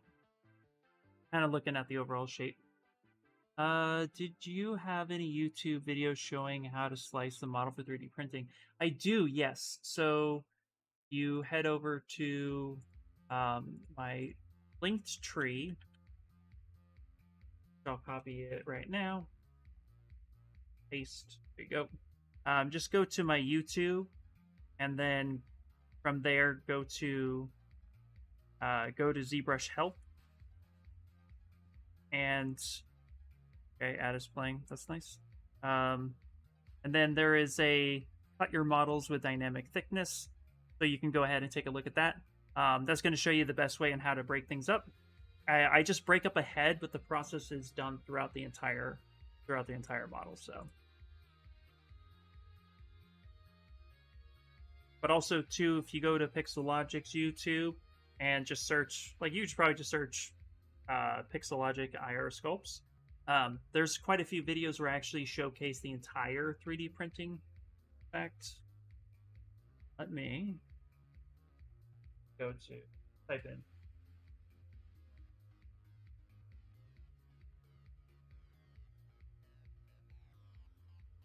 You can kind of go through and you can actually pretty much showcase whenever I do something. And I believe this one I was breaking up.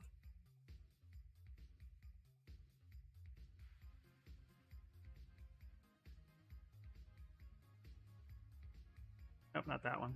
But yeah. See if I can find it. There's one I was looking at in particular. That might actually get you there. Go ahead and check that one out. Okay. Did you sculpt pose or just pose it after retopology? So I'm actually working in pose. So yeah, this is posed.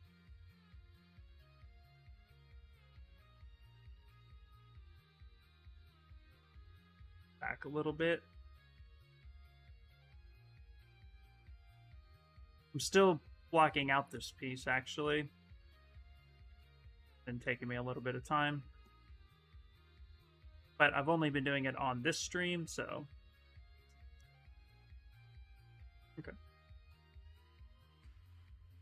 Okay, there you go. She's more upright at this point. Now what we could do, go ahead and auto groups, and also try to work with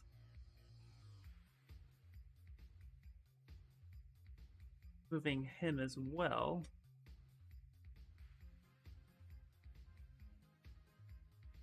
And go ahead and pass that section off.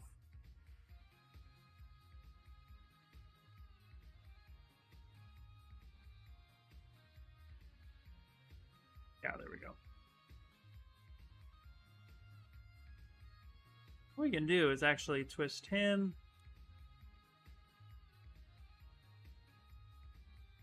A bit more.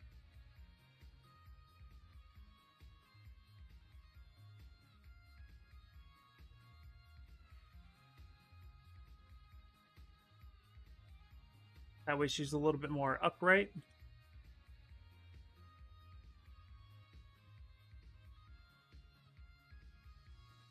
And this is our temporary head that we got so far.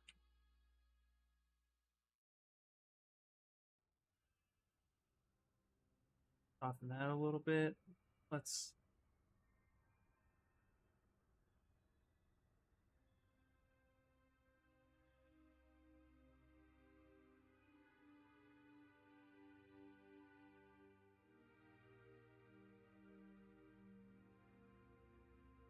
way we're working at the whole piece together, not just one piece at a time, but the whole piece.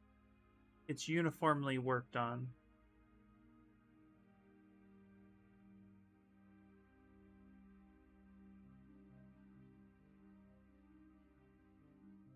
This way, when we start adding in our final elements, we actually have the idea of the entire pose.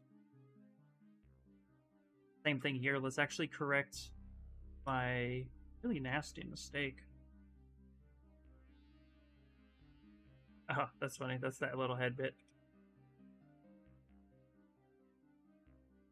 Grab the hand. Yep.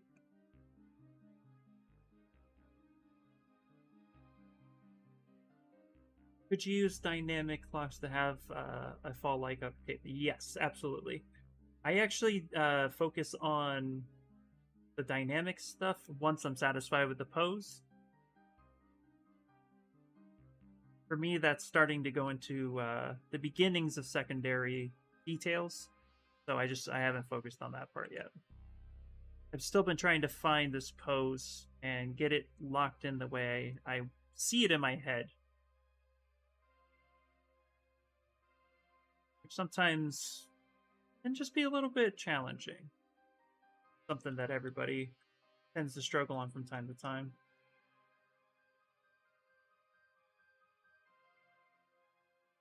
Up a little bit. Okay. That's a little bit better.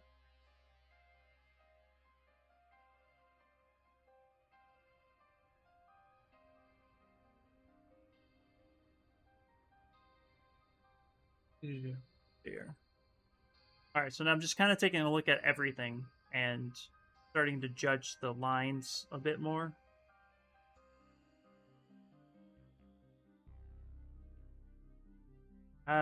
If anybody's wondering, I don't typically pose hands either until I start moving into finalizing. I keep them relatively open because I feel like it's just a little bit easier for me to wrap my head around.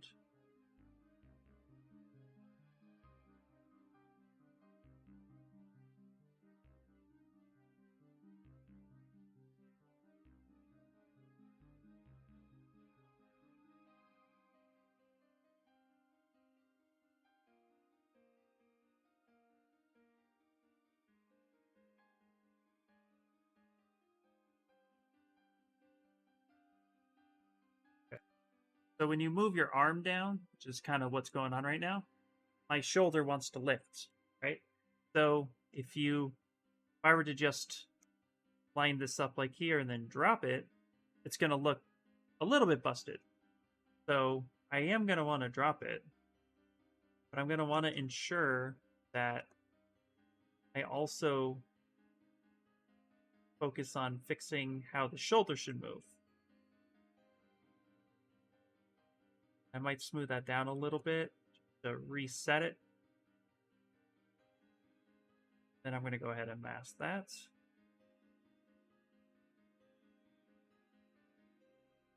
Oops. There we go.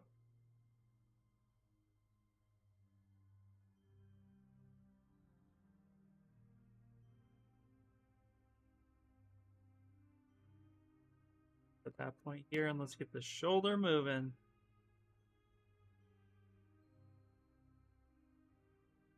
Moving something I don't want.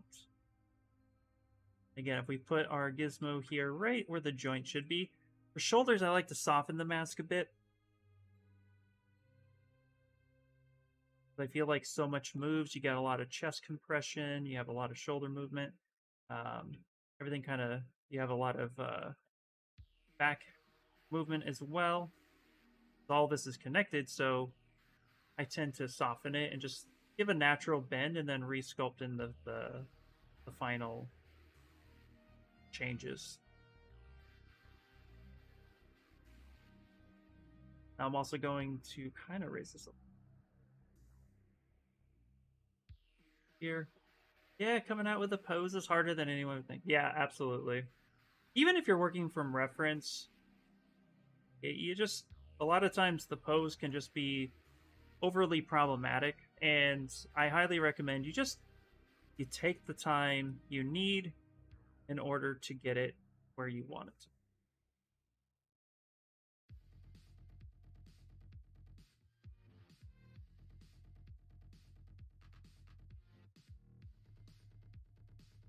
Oops, grab that.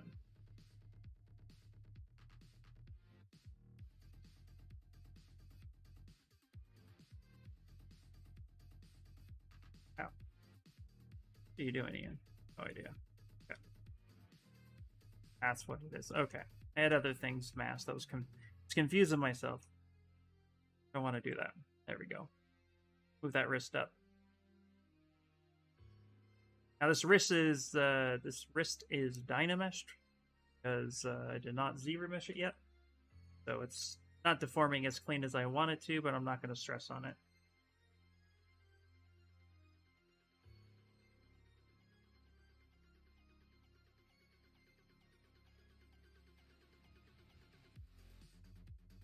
Here, just go ahead and this up.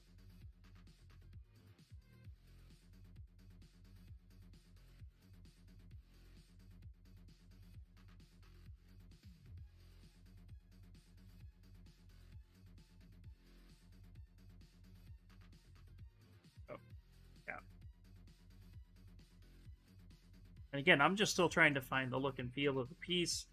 I really think appeal and making sure everything looks as dramatic as we want it to is more important than anything else.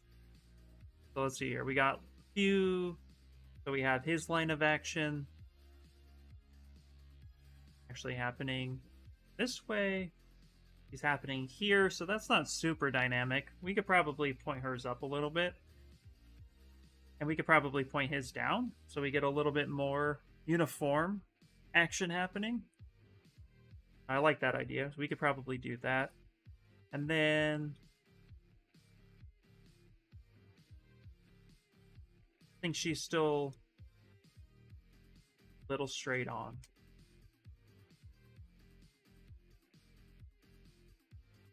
Fix that. Practice makes perfect.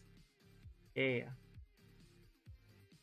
Actually, what's funny is my old quantum used to tell me that practice makes permanent. I always liked that. I always thought that was really cool. Why we strive for perfection. You know, making something permanent is a little bit easier. It also just sounded cool. Like I was like, thought of it that way. But yeah, absolutely. Practice, practice, practice. That's all we can do. How we get better. All right, there we go. Okay, now she's looking up a lot more, is what we want. Again, that line. There we go. Now he is looking out that way. Yeah, that could kind of play a little bit. but I think we can still kind of lower his head a little bit.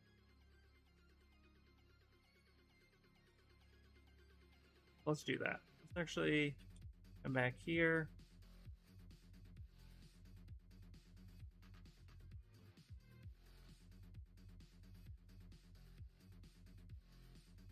I think it'll give us just a little bit better read.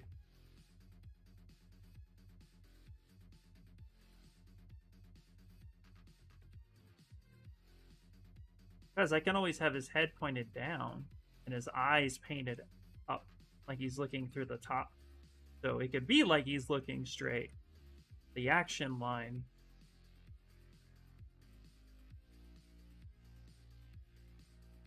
Will read a little bit more uniform.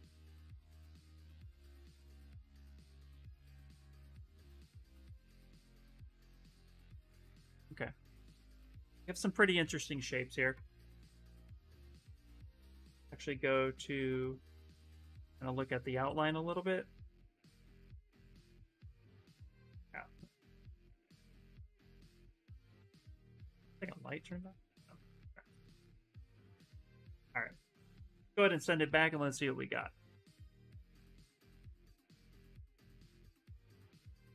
This is where you hope and pray you just don't have to fix it. All right.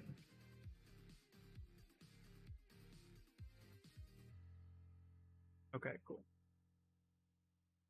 Has anybody been using the new ZBrush features?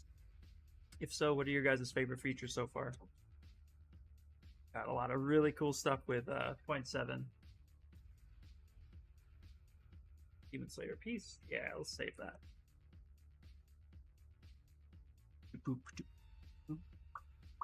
Alright. Get rid of some stuff here we don't need anymore. I like to get rid of... Once I posed it and save it, I like to... Because every time you do T-pose mesh, it populates a new thing over here. So I like to get rid of the stuff that gets cluttered. And only focus on the one where I'm working on. There we go. Okay. Alright. Let's take a look at what we need to go from here. Look at my reference. Yeah, 0.7 have great features. Absolutely, man. Absolutely. Definitely stager. Nice, nice, nice. Oh, okay. Okay, cool. Well, I need to fix his arm pose. So I'm realizing here that his hands are actually crossed. Okay, so we're still on that. Or his hands are crossed. But you know what we can do?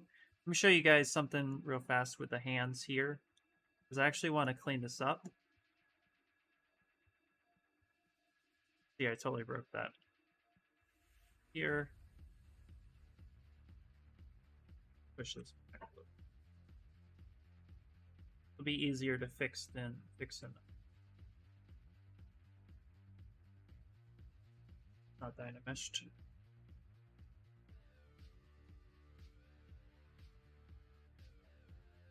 What we're going to do is actually get this ready for... There we go. Get this ready for ZBrush so I can actually have a super low poly. So what I want to do is actually get all the fingers in its own poly group. I'm going to go ahead and mask off the area that I want, sharpen that.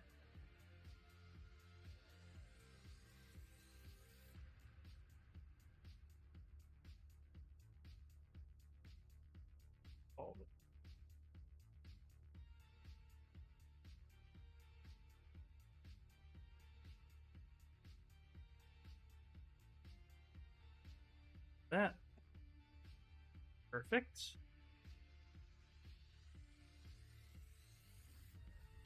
Do the same here. I'm gonna grab this.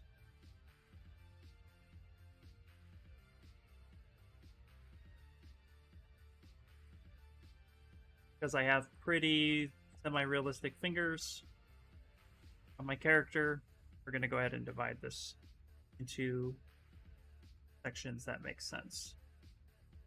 This is just so I can pretty much group them faster.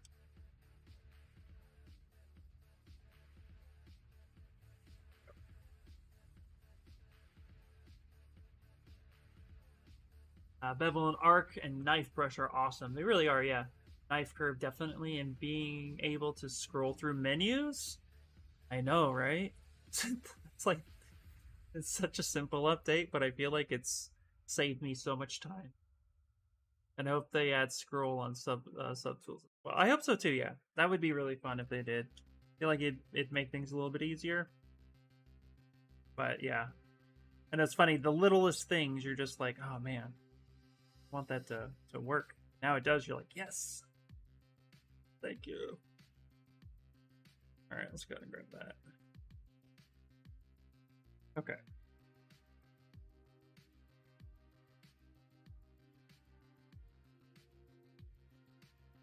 All right. Kind of breaking this up in a way that really helps. Okay. So the wrist is actually here, and I just can't, seem to follow my own rules. So, all right. What I'm gonna do is delete that one. Delete hidden. Okay. Now what I'm gonna do, let's use Stager for the win. We're gonna go ahead, we're gonna go to Geometry, Stager. I'm gonna set this as my home position. Now I'm gonna send this home. This position.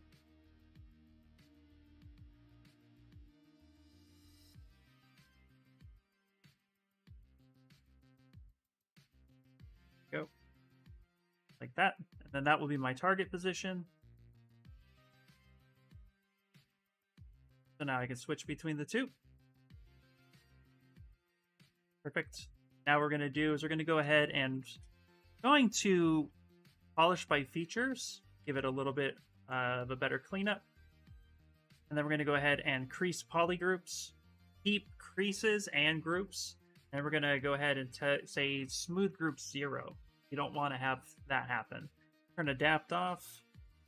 And let's go 10. And symmetry is turned off, which is good. Go ahead and ZBrush. So this will help us get better structure while keeping the same position as Stager for the win on that.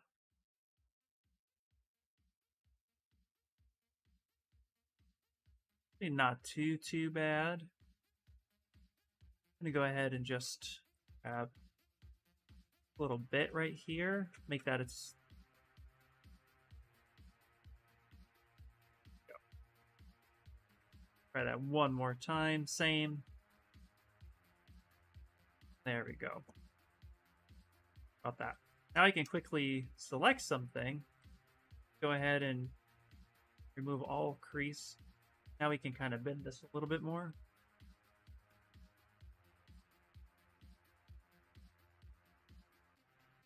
There we go. Now we can have something that makes a little bit more sense. Go ahead and grab this real quick.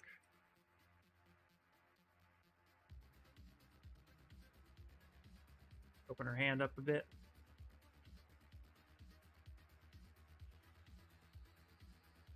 Might be a bit.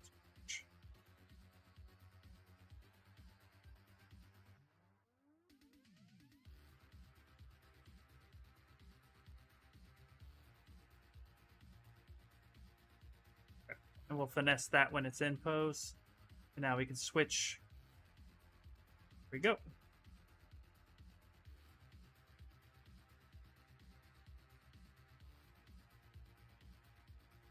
Now, if you ever forget which position is your stager, if you ever forget and you want to reset something, just make sure you have it set at the home position. You can reset that.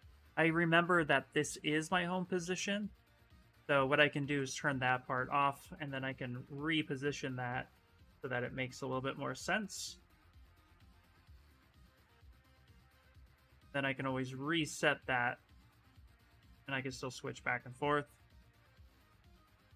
Oh, maybe not. Ooh, maybe that broke. Maybe I broke it. Let's see. Why did you need Stager? New to the concept here. So I use Stager so that I can actually set my position where I want it to be, and then on top of that, I can send it to a position that is easier to work with, kind of get it out the way, or rely on symmetry to then do any type of Z-remeshing. Just remember that Stager does actually retain all information about the mesh that changes, not necessarily the scale. Remember, if you shrink it down, that'll be smaller. But if you make a geometric change and pose something different, it's also gonna change. So you can't use Stager to like do T pose and then have an action pose, but it's really like just finding a good position for it. And I don't like Z-remeshing out in the ether. It's more of a pet peeve. I don't know why. I just used to doing it at the home position. So I set Stager to send it to the home position, so then I can like just snap to it really quickly by hitting F, and I just know where it's at and not somewhere else. So a little bit was me, a little bit was, yeah. Hey, what's up, Kamara? Yep, since the topo is changed, you'll need to re-register the target home position. Yep, so. What's up, Kamara? No worries, no worries. I'll be live for another 30 minutes-ish. So, but did I really need to use Stager? No, I just really wanted to showcase it, what I can do. Here, because everything is asymmetrical, what was I going to benefit from? So it was something that I didn't need to absolutely do, but I did it. Why not? Okay. But now I have this hand that is Z-remeshed in a way that I like it. It has pretty clean topology. I can manipulate it pretty well. So what I can do is Control-Shift-D to duplicate it. And now I can set it with her other. I can set it with where her other one is supposed to be. Also, the hand's going to be in the wrong position. Right? So we need to actually do some sort of mirror and weld action. So it's the right hand. Yeah, right hand. Like, made myself laugh. Don't mind me. So mirror and weld.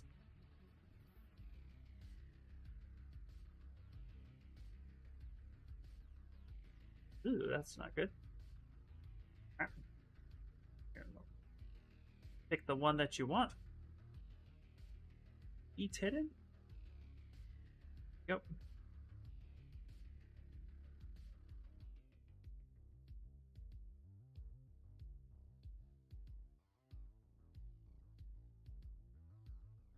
Hey, what is up? Hello. Q&A, why did you say sure? Why not? Yeah, exactly. Why not? Yeah.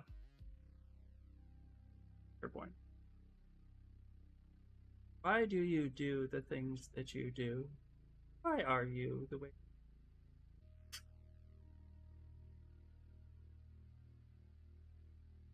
I think that's from The Office, right? You choose to.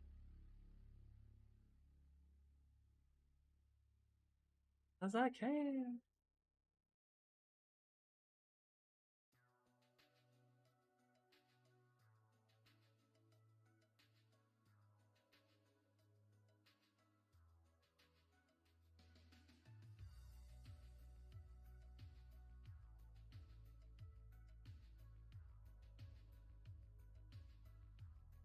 Alright, so for right now.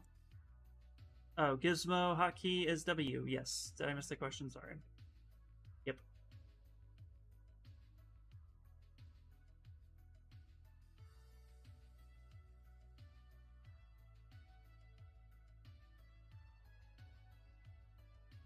What was that? Was that hand? Kind of twisted in a little bit. Alright.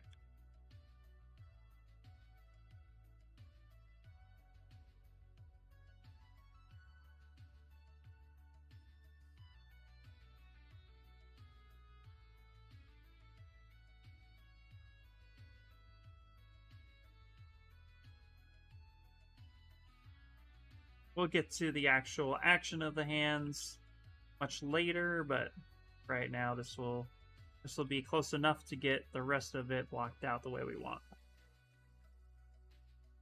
Still need to fix the way she's standing on the box a little bit. She fell off a bit. So let's save it and let's continue to that. I know the pose is taking forever, but I think it's coming along pretty well. I think we almost got it. Almost! Alright, let's go ahead and not bevel. That doesn't do anything. Delete that one. There we go. Do you use the iPad Pro for sketching or painting? Not right now. I don't have an iPad Pro. I'll use Photoshop to do some sketching, but yeah, mainly I yeah, I don't sketch as much as I would like to. I want to do that more because I started concepting a lot lately, but if I do anything, it's typically Photoshop. Okay, let's go back to pose.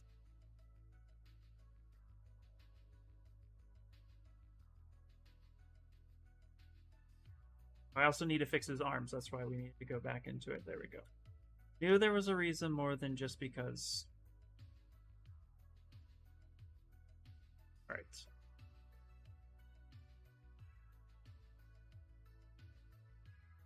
That's right. All right. So what I wanted to do with her was her back foot needs to be just a little bit more pushed.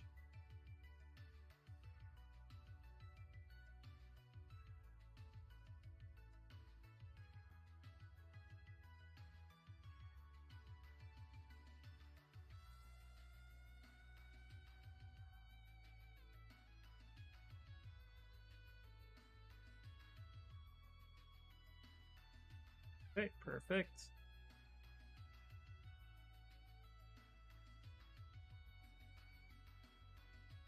Take that. We're gonna mask that. Oops.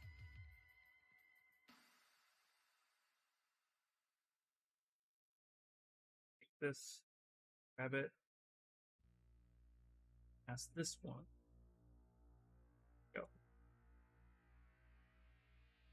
Push her leg back a little bit more, so she's actually going to be sitting on it. As you can see, a lot of times it could just take a little bit to get the pose right. And I know I'm not usually the fastest, but I will take as long as I need to get the pose right.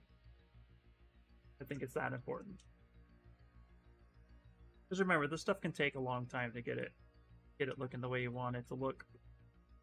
So you don't have to feel the need to rush it in any way.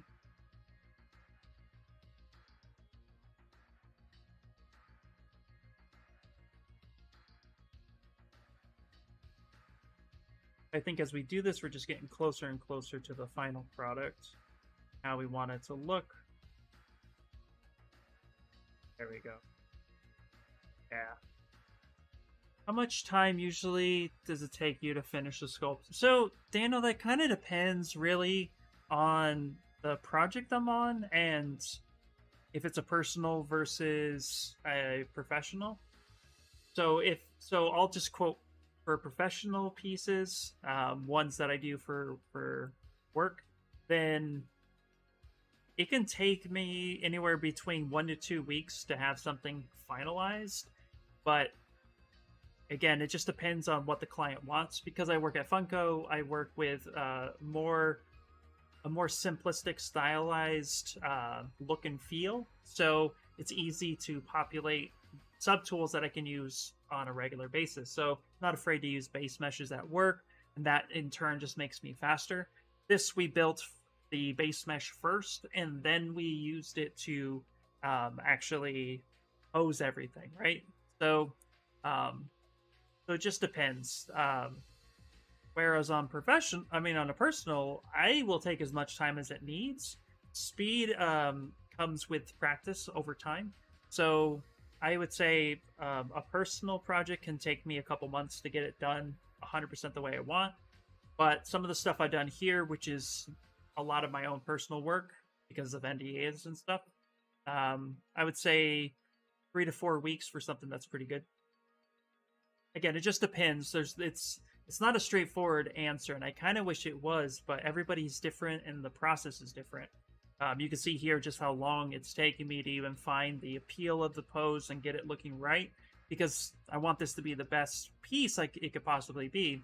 At work, what's neat is that can be sped up a little bit, because now you can hand it to an art director, and that art director can say, I don't like this, can we change this, how about that? That takes away the idea that you have to critique yourself, and it puts it in somebody else's hand. So because it puts in somebody else's hands, that process is faster. When it's faster, you can streamline it and you can just get the job done. Me, I have to, on this project, critique myself all the way through. So I'm more staring at everything that's wrong with it and trying to correct it while still doing and making smart choices. So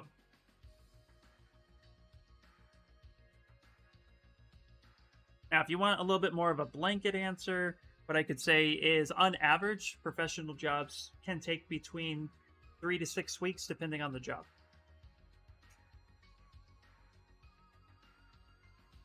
Yeah, sculpting takes time. I remember a traditional mannequin play it would take 4 to 6 weeks. Make a good one in Hollywood. Yeah. Yep.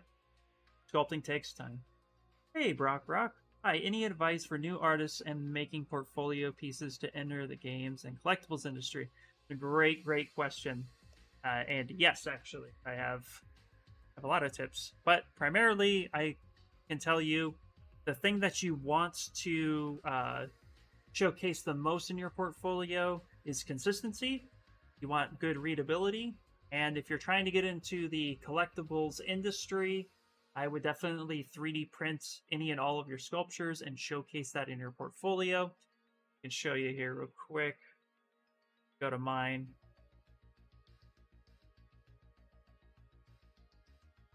Portfolio should be a living, breathing entity of you.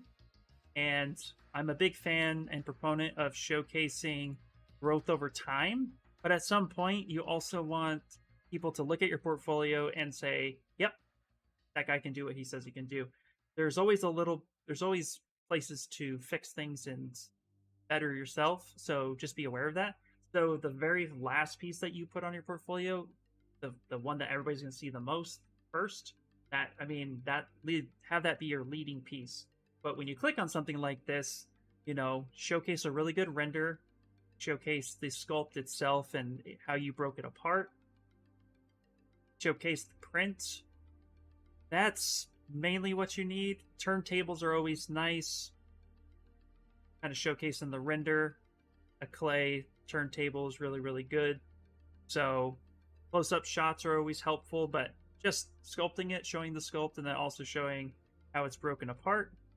See, mine's broken up into 3 pieces. And then the print itself. That all helps you. That's for the toys. I don't work in games. But if you're working in games, you're going to be working with UVs and texture maps, and you're going to want to show all that as well. So I made that turntable in Keyshot. I used the ZBrush bridge, shot it over to Keyshot, and hit render. So showing a turn is always helpful as well. Again, and you want to just present your best work. Don't put work in progresses. Don't showcase, half-finished ideas. Definitely put your best foot forward. Again, you're always gonna, as an artist, you're always seeking to improve yourself, but put what you can do right now first. All your best work, best render. Close-up shots are really good, especially if there's a lot of details. Again, the clay. And you don't have to go ridiculous, but having a good amount of photos and pictures of the print, it's always helpful.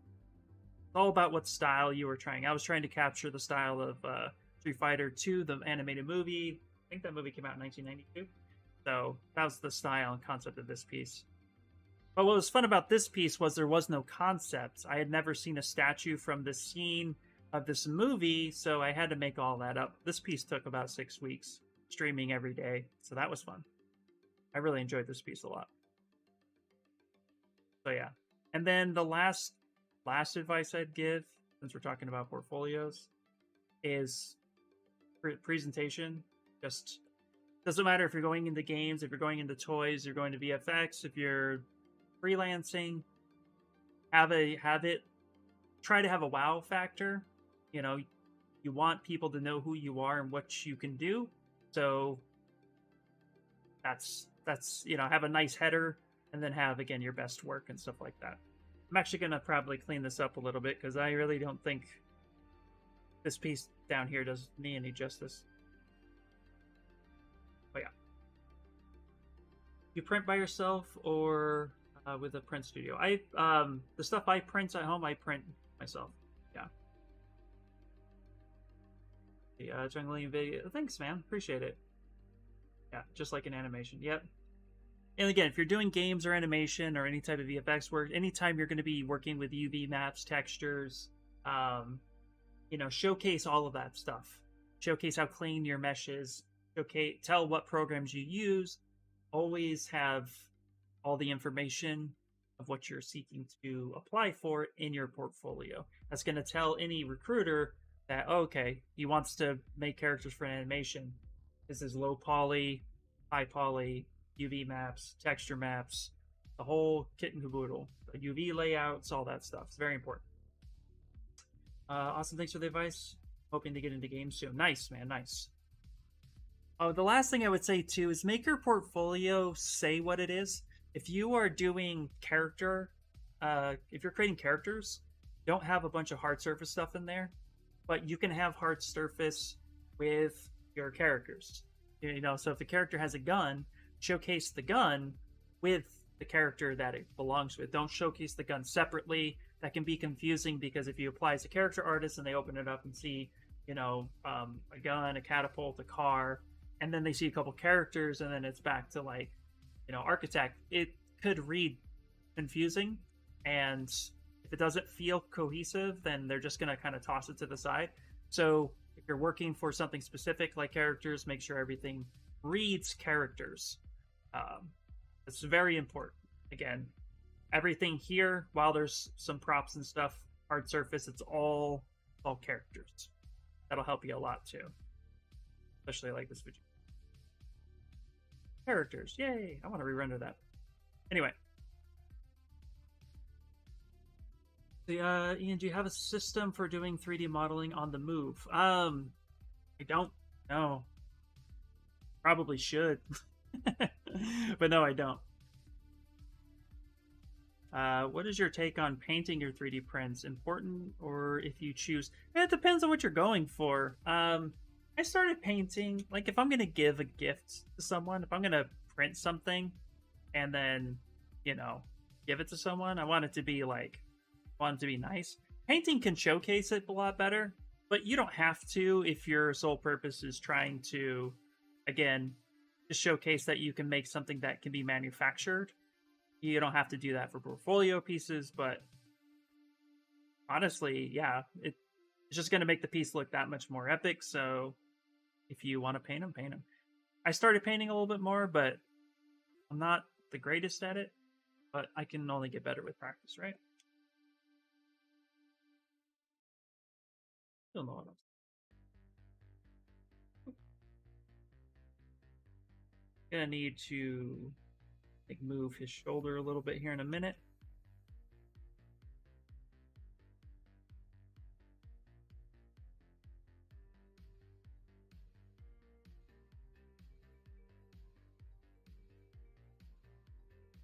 His hand a bit too.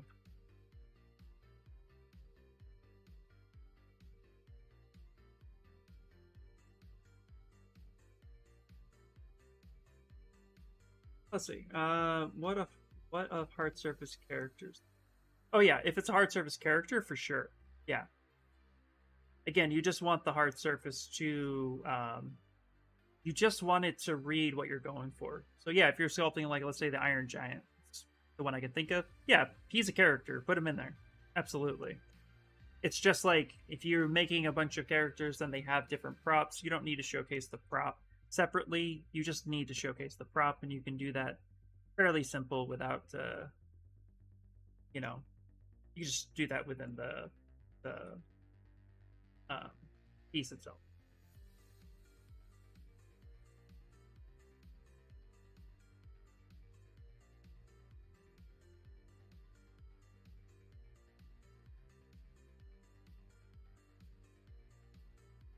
fix this. Did you use ZBrush to paint and render the models on your art station? Or any leads to what you use? Yeah, no, I can tell you what I use. No, I don't put a ZBrush render. I usually will use Keyshot or Marmoset for my renders. But yeah, I use the ZBrush bridge to Keyshot a lot. But I painted in ZBrush. I use poly paint. Everything you see on my art station is poly painted, because if I'm going to paint it in ZBrush and I don't want to paint it in any other program, you can just move those polys over. Is it necessary to merge subtools to every print so they can be combined in a single tool like polygroups and objects? Yes, absolutely. What you would like to achieve is a watertight, you want a watertight model. So you need to merge everything together, because let's say Tanjiro here, his head is watertight naturally, his hands are, but if I don't merge them together and make them official, then these will all be little pieces that actually will just break. The slicer will recognize it as different aspects and it won't weld together properly. So it'll just be a bunch of little pieces everywhere. So you do need to merge everything that needs to be together, and then make it watertight. Easiest way is Dynamesh it. Use Dynamesh Utility or Dynamesh Master plugin. You'd have to download those on Pixologic resources, but they're there. Or you can just use regular Dynamesh and then project history of your details back. But it is very necessary to merge together the things that need to be merged together. That's super important.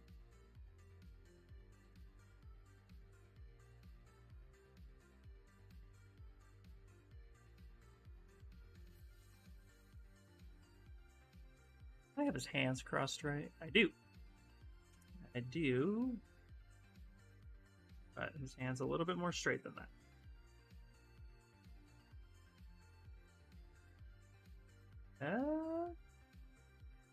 Okay.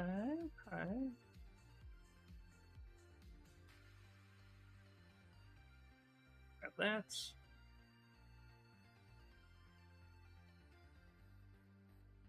Let's see. Merge with ZBrush Boolean style or Dynamesh. I prefer Dynamesh, but whatever works for you. Use ZBrush, it may not work together too well, but if you use remesh by union, that might be a lot more helpful. I just find Dynamesh to be an easier approach. So just make sure that the subtools that need to get joined are overlapping each other, and then when you merge them via Dynamesh, it'll just attach everything together.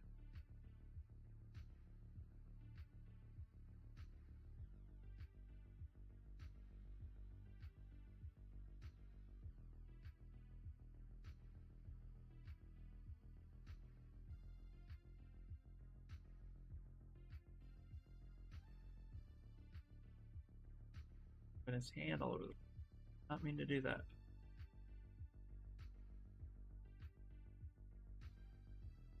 Hey.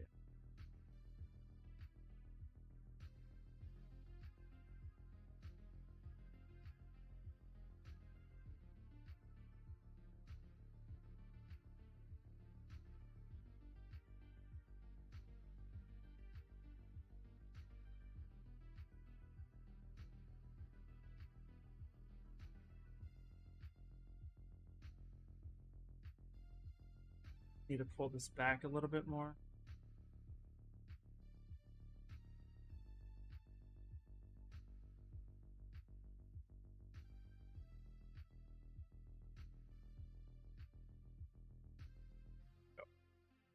Means that his shoulder needs to get pushed back.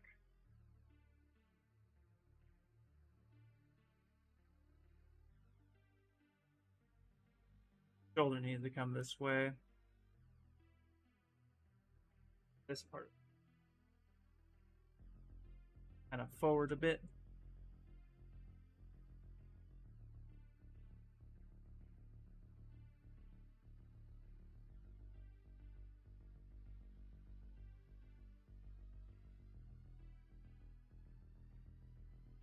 And hit auto groups.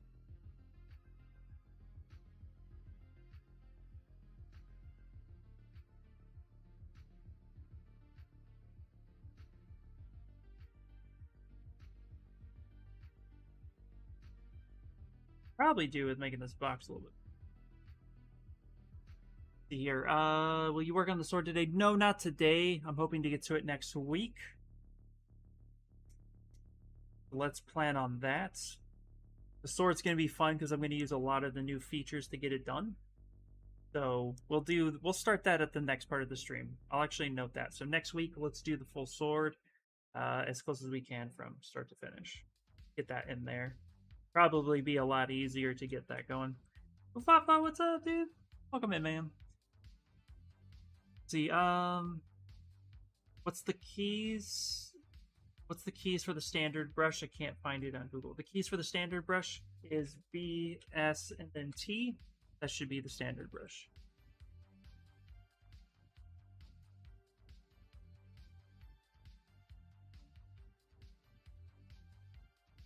Okay, I feel like the box can just be like a little wider. I don't know. It feels narrow to me. That's going to give her a little bit more of a platform. Be great.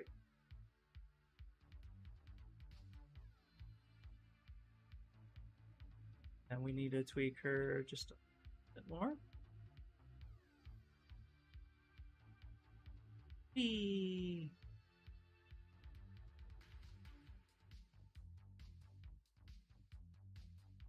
All right.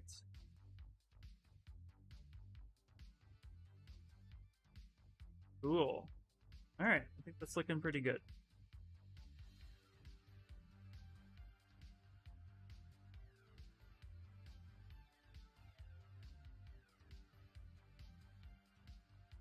Yeah. All right, there we go. Yeah, I think that's looking right. Okay, we still need to fix his hands a little bit as far as like, you know, the fingers and stuff, but I think this will pretty much get us where we need to be for right now. Yeah, let's send it. Let's send it back.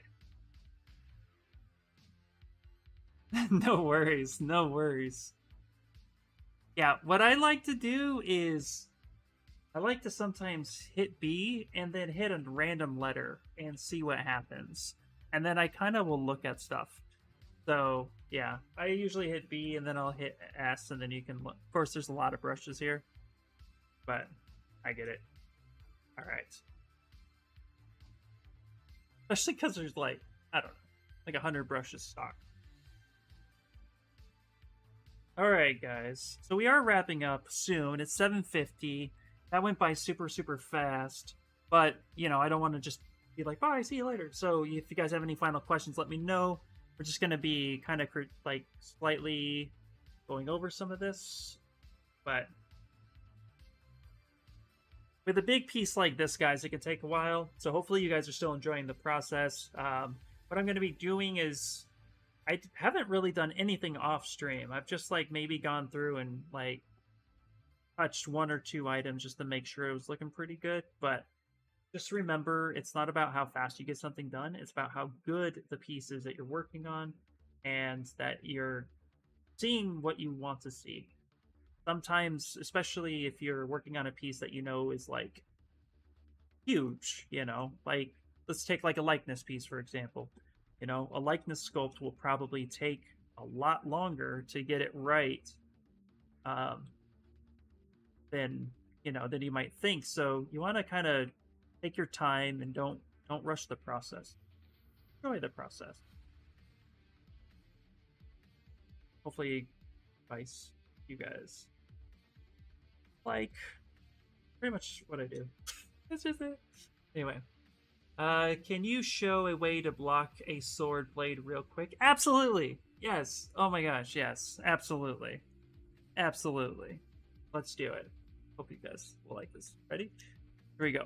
Think of it in the most basic shapes possible. What is a sword? And what are its components? So we have a blade, a handle, a hilt as your basic ones. So let's do it. We're going to grab a cylinder, and we're just going to go make Polymesh 3D. And especially when the concept is very relaxed and it's not so straightforward. Yeah, right, Mufasa? Right? And let's go ahead and delete loops. And let's make the hilt of the blade right out the gate. Oh, go back. There we go. So we're going to go ahead and make that like such. And we'll keep the hilt kind of round for now. Why not? I'm going to go ahead and hold control and drag. And we're just going to make another copy. Quickly hit Control W to give it a different poly group. So then I could just select and mask real quick. I'm going to put that up right there. Now what I'm going to do is I'm actually going to go ahead and control drag this one out. And I'm going to go ahead and split unmask. And there's a reason for that. I try to keep things separate, but also, you'll see in a second, a fun little thing I like to do. So we're going to go split unmasked. I'm going to come here. I'm actually going to hit the cogwheel. And we're going to go poly cube. Because look at how beautiful this cube is. And I can adjust how much subdivision I want with it, right? I can get a really nice looking cube. Very cool, very cute. Scale that up. I'm going to do is actually real fast. Hit W, and let's actually just put that in the center there so that we have true symmetry. Let's scale that down. W again. Yeah, let's go symmetry, beautiful. Put that in like that.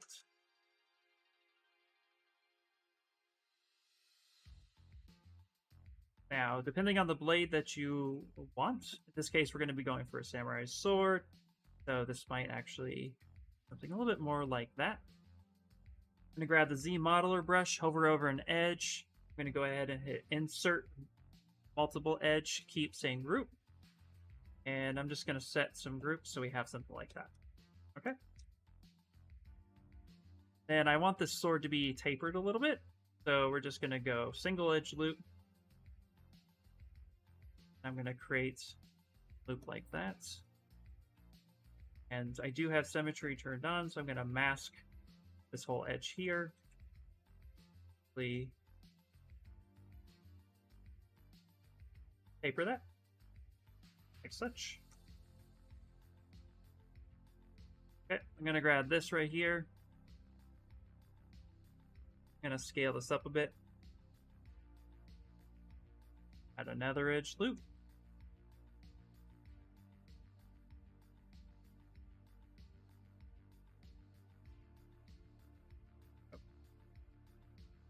Grab that. Scale that in a little bit like such. Because back of swords always have a little bit of a hilt to them. Like they always have a little bit of a taper. Say, to get something more like that. And then what I'm going to do is we're going to come here. We're actually going to go ahead and kind of bevel this. This is what I wanted to do. I thought this would be really cool. So let's actually get a little bit more topology here. Something like that. Okay. Let's get a little bit of topology here like such. I come onto this edge. Now I'm just giving myself some topology. Notice I'm not just subdividing up, I'm actually controlling my topology. So that way I just have nice, clean groups. And let's make sure that we do the right side.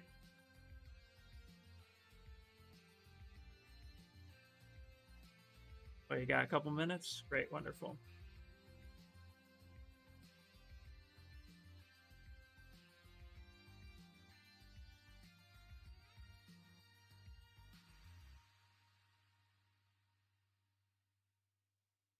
Touch. Okay. Go ahead and do group by normal, and then I'm going to crease poly group. Now I'm going to take the new bevel arc. To be moving that down.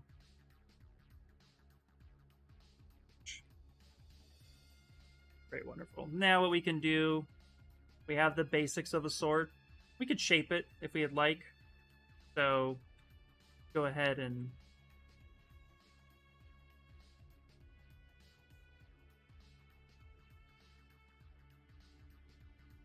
shape it a little bit. Probably the worst way to do it, but you know.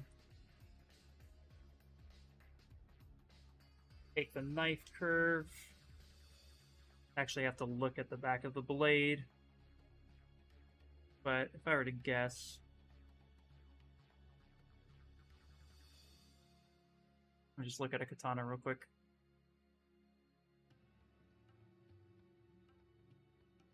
Okay. Actually, a little bit more of a point here. So let's go down.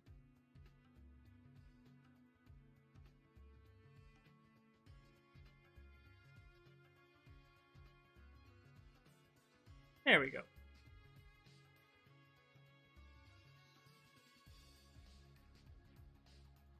So you can see, there you go. But just a quick block out. We're not going for perfection at the moment, but hopefully that's a little bit helpful.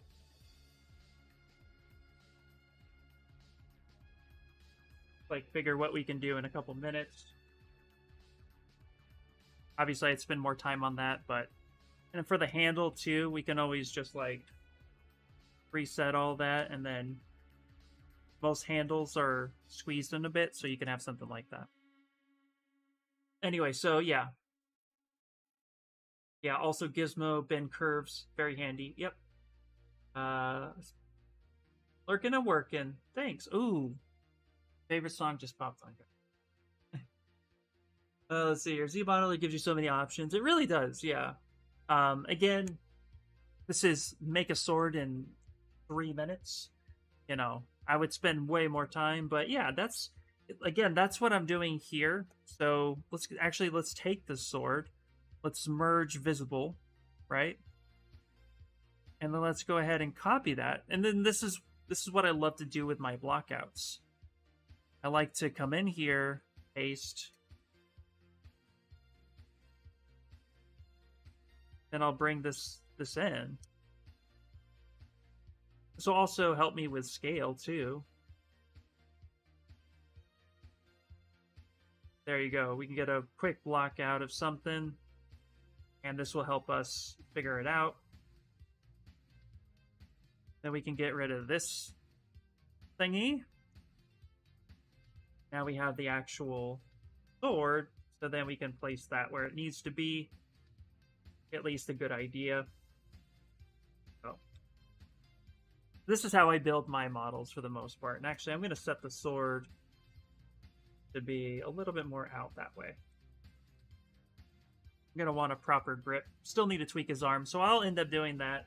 And I'll tweak his arms and fix his pose a little bit more, but I think we pretty much got to the point now where we're going to start messing with the fingers, rebuilding some clothing, and really getting a lot of these shapes in there that are going to be proper. So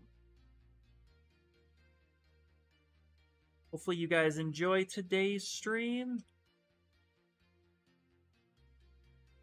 Let's go ahead and fix this real quick. Hey! Love this song. I don't want to end until the song's over. By the way, Bandai made some replica katana for $77. Yes! Yes! Amashi? Is that how you say that? Amashi? Amashi? Amashi? Amashi. Is that the right pitch accent?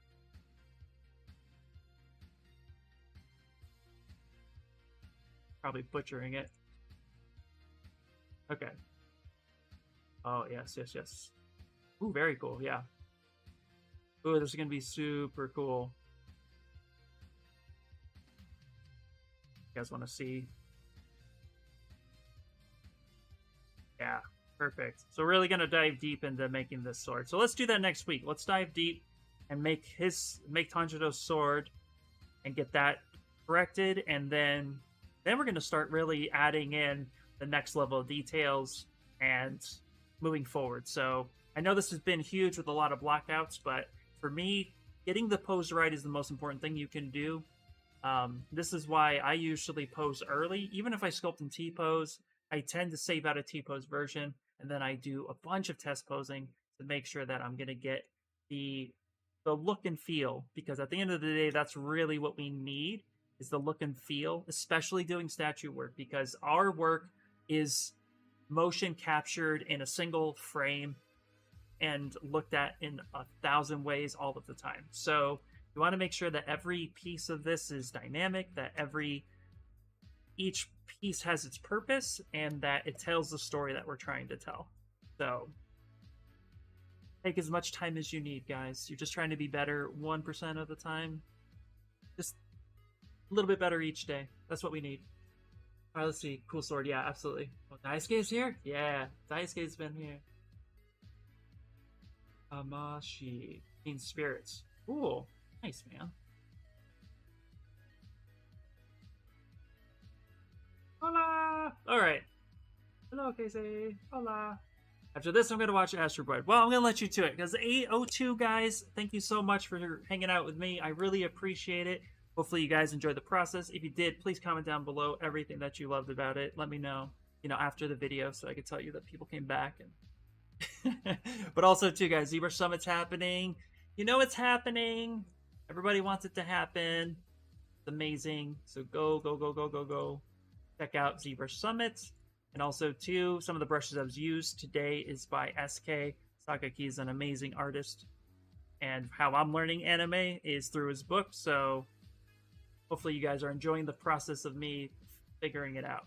Thank you for the stream. Looking great. Thanks, man. Good luck. All right, guys. Everybody, that is it. I am out for the day. I will see you guys in the Discord. As always, be happy. Happy sculpting. Enjoy yourself. Enjoy your work.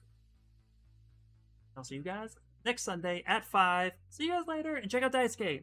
Check him out. Check out Daisuke. Watch Daisuke. Watch him. He's an amazing artist. Check him out. Watch him. All right, guys. Bye. Oh.